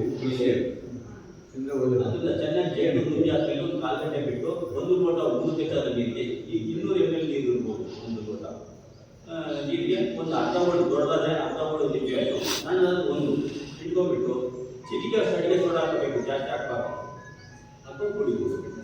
ನಾನು ಹೇಳಿದ್ದೀನಿ, ಪದೇ ಎಣ್ಣೆ ಕರ್ತದನ್ನ ತಿನ್ನಬೇಡಿ. ಒಮ್ಮೆ ಎಣ್ಣೆ ಕರ್ತದನ್ನ ತಿನ್ನಿ, ಫಂಕ್ಷನ್ಗಳಲ್ಲಿ ತಿನ್ನಿ, ಮದುವೆ ಸಮಾರಂಭದಲ್ಲಿ ತಿನ್ನಿ, ಮನೆಗಳಲ್ಲಿ ತಿನ್ನಿ. ಹೋಟ್ಲಲ್ಲಿ ಬೇಕರಿಲಿ ಕರ್ತದನ್ನ ತಿನ್ನಬೇಡಿ. ಹೋಟ್ಲಲ್ಲಿ ಹೋಟ್ಲಲ್ಲಿ ಬೇಕಾದ್ರೆ ಊಟ ಮಾಡಿ, ಅನ್ನ ಸಾಂಬಾರು ಮಾಡಿ ಬಿಟ್ಟು ತಿನ್ನಿ, ಉದ್ದಿನ ವಡೆ ತಿನ್ನಬೇಡಿ. ಬಿಟ್ಟೆಲ್ಲ ತಿನ್ಬೋದು ಹೋಟ್ಲುಗಳಲ್ಲಿ, ಆದರೆ ಕರ್ತದನ್ನ ತಿನ್ಬಾರ್ದು, ಬೇಕರಿಯಲ್ಲೂ ತಿನ್ಬಾರ್ದು. ಬೇಕರಿ ಪ್ರಾಡಕ್ಟ್ ಎಲ್ಲ ವಿಷ, ಮಕ್ಕಳಿಗೂ ಕೊಡಿಸ್ಬೇಡಿ, ನೀರು ತಿನ್ಬೇಡಿ. ಲೇಸು ಕುರ್ಕುರಿ ಅಂತೇಳಿ ಇವತ್ತಿನ ಸಾಕಷ್ಟು ಮಕ್ಕಳಿಗೆ ಕೊಡಿಸ್ತಾ ಇರ್ತೀರಿ, ಅದರಿಂದಲೇ ಮುಂದೆ ಹೆಣ್ಮಕ್ಳಾದ್ರೆ ಪೀಸ್ಬಡಿ ಪ್ರಾಬ್ಲಮ್ ಆಗ್ತದೆ. ಯಾರು ಇದ್ರೆ ನಿಮಗೆ ಮಾನಸಿಕ ಮತ್ತು ಸಮಸ್ಯೆ ಇದರಿಂದಲೇ ಬರೋದು. ಪದೇ ಎಣ್ಣೆಯಲ್ಲಿ ಕರ್ತದನ್ನ ತಿನ್ನೋದ್ರಿಂದ ಬರೋದು, ಉಪ್ಪಿನಕಾಯಿಯನ್ನು ಹೆಚ್ಚಿಗೆ ಬಳಸೋದ್ರಿಂದ ಬರೋದು ಮುಖದಲ್ಲಿ, ಆಮೇಲೆ ಕಾಫಿ ಟೀಯನ್ನು ಹೆಚ್ಚಾಗಿ ಕುಡಿಯೋದ್ರಿಂದ ಬರುವಂಥದ್ದು, ಸಕ್ಕರೆಯನ್ನು ಬಳಸೋದ್ರಿಂದ ಬರುತ್ತಿದೆ. ಅದನ್ನ ಸರಿ ಮಾಡ್ಕೊಂಡ್ರೆ ಮತ್ತೆ ಸರಿ ಹೋಗ್ತದೆ. ಸರ್, ತುಳಸಿ ಎಲೆ ತಿಂದ್ರೆ ಒಳ್ಳೇದು ಅಂತ ಸರ್. ಯಾವುದು? ತುಳಸಿ ಎಲೆ ತಿನ್ನಿ, ಕಫ ಜಮ್ಮಿ ಇದ್ರೆ ತಿನ್ನಿ, ತಿನ್ಬೋದು. ಬೇವಿನ ಎಲೆ ಜ್ವರ,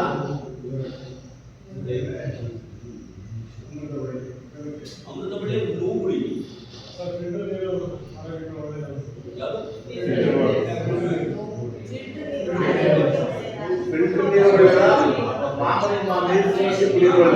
ನೋಡಿ, ಇವತ್ತಿನ ದಿವಸ ಮಾಡೋದು ಏನ್ ಮಾಡೋಕ್ಕಾಗಲ್ಲ, ಬಂದ್ಬಿಟ್ಟಿದೆ.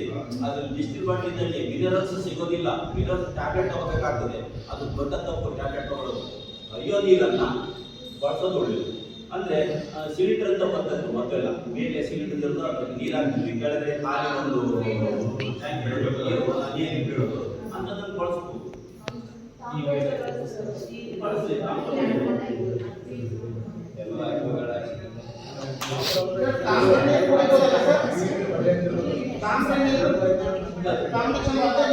ಕುಡಿಬೋದು, ಏನು ತೊಂದ್ರೆ ಇಲ್ಲ. ಒಳ್ಳೆದೇ. ಊಟನೂ ಮಾಡ್ಬೋದು ಇವತ್ತಿನ ದಿವಸ ನೋಡಿ ಅಲ್ಯೂಮಿನಿಯಂ ಪಾತ್ರೆ, ಅಲ್ಯೂಮಿನಿಯಂ ಅದನ್ನು ಬಳಸೋಕೆ ಹೋಗ್ಬೇಡಿ. ಕಬ್ಬಿಣದ ಪಾತ್ರೆ ಬಳಸಿ, ಸ್ಟೀಲ್ ಪಾತ್ರೆ ಬಳಸಿ ಅಡಿಗೆಗೆ ಇದು ಸ್ಟೀಲ್ ಪಾತ್ರೆಗಳು, ಕಬ್ಬಿಣದ ಪಾತ್ರೆ ಬಳಸಿ. ಯಾಕಂದ್ರೆ ನಿಮ್ಗೆ ಐರನ್ ಕಂಟೆಂಟ್ ಚೆನ್ನಾಗಿ ಸಿಗ್ತದೆ, ನಿಮ್ಮ ರಕ್ತದಲ್ಲಿ ಹಿಮೋಗ್ಲೋಬಿನ್ ಸರಿಯಾದ ಪ್ರಮಾಣದಲ್ಲಿ ಆಗ್ತದೆ. ಹಾಗಾಗಿ ಸ್ಟೀಲ್ ಬಳಸೋದು.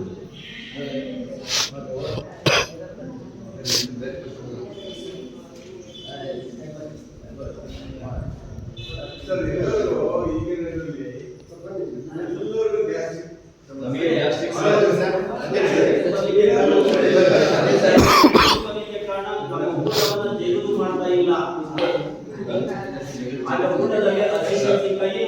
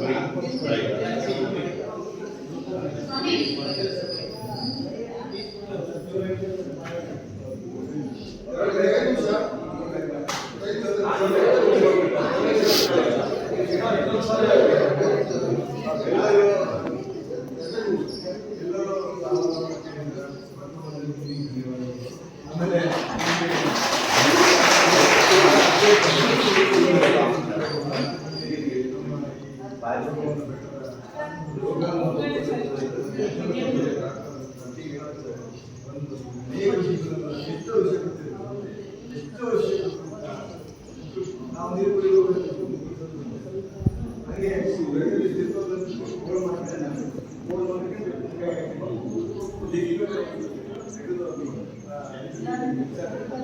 ಈಗ ಅನೇಕ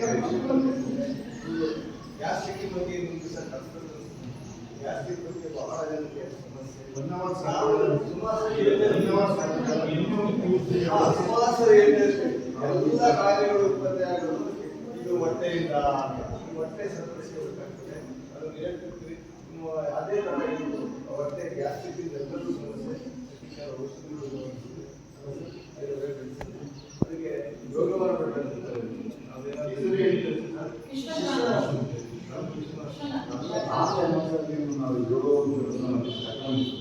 ನಾವು ಒಂದ್ಸರಿ ನಾವೆಲ್ಲ ಹೋಗಿದ್ವಿ, ಒಂದ್ಸರಿ ಎಲ್ಲ ಇದೇ ತರ ಯೋಗ ಮತ್ತೆ ಇದೆ.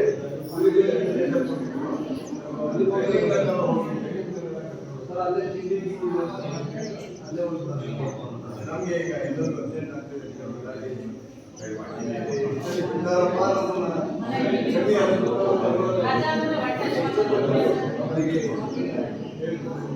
ಎಲ್ಲ ನಮಗೆ ಅನೇಕ ವಿಷಯಗಳು ತಿಳಿಸಿದ್ದಾರೆ. ಬಹಳ ಸಿಂಪಲ್ ದಿನನಿತ್ಯದ ಕೆಲಸಗಳು ಅದರಿಂದ ಎಷ್ಟೋ ಸಂತೋಷ. ಈ ಥರ ಉಪನ್ಯಾಸಗಳನ್ನು ತಿಳಿಸಿಕೊಂಡು ನಮ್ಮ ಆರೋಗ್ಯವನ್ನು ಇಂಪ್ರೂವ್ ಮಾಡಲು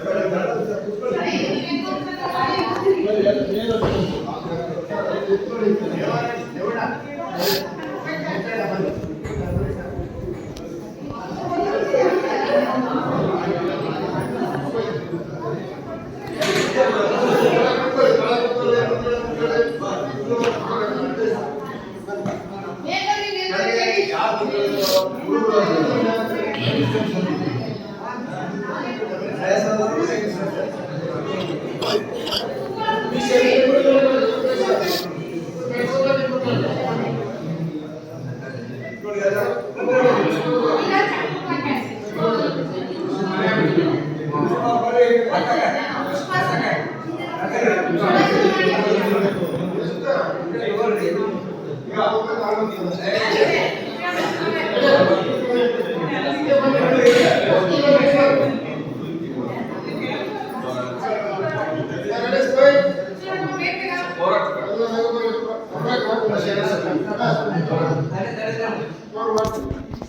ಫೋಟೋ ಬರೋಬಾರ್ದು ನಿಮ್ಗೆ ಯಾರನ್ನ ಕೈ ಬಿಡೋದು ಈಗ ಉತ್ತರ ಏನು ಮಾಡೋದು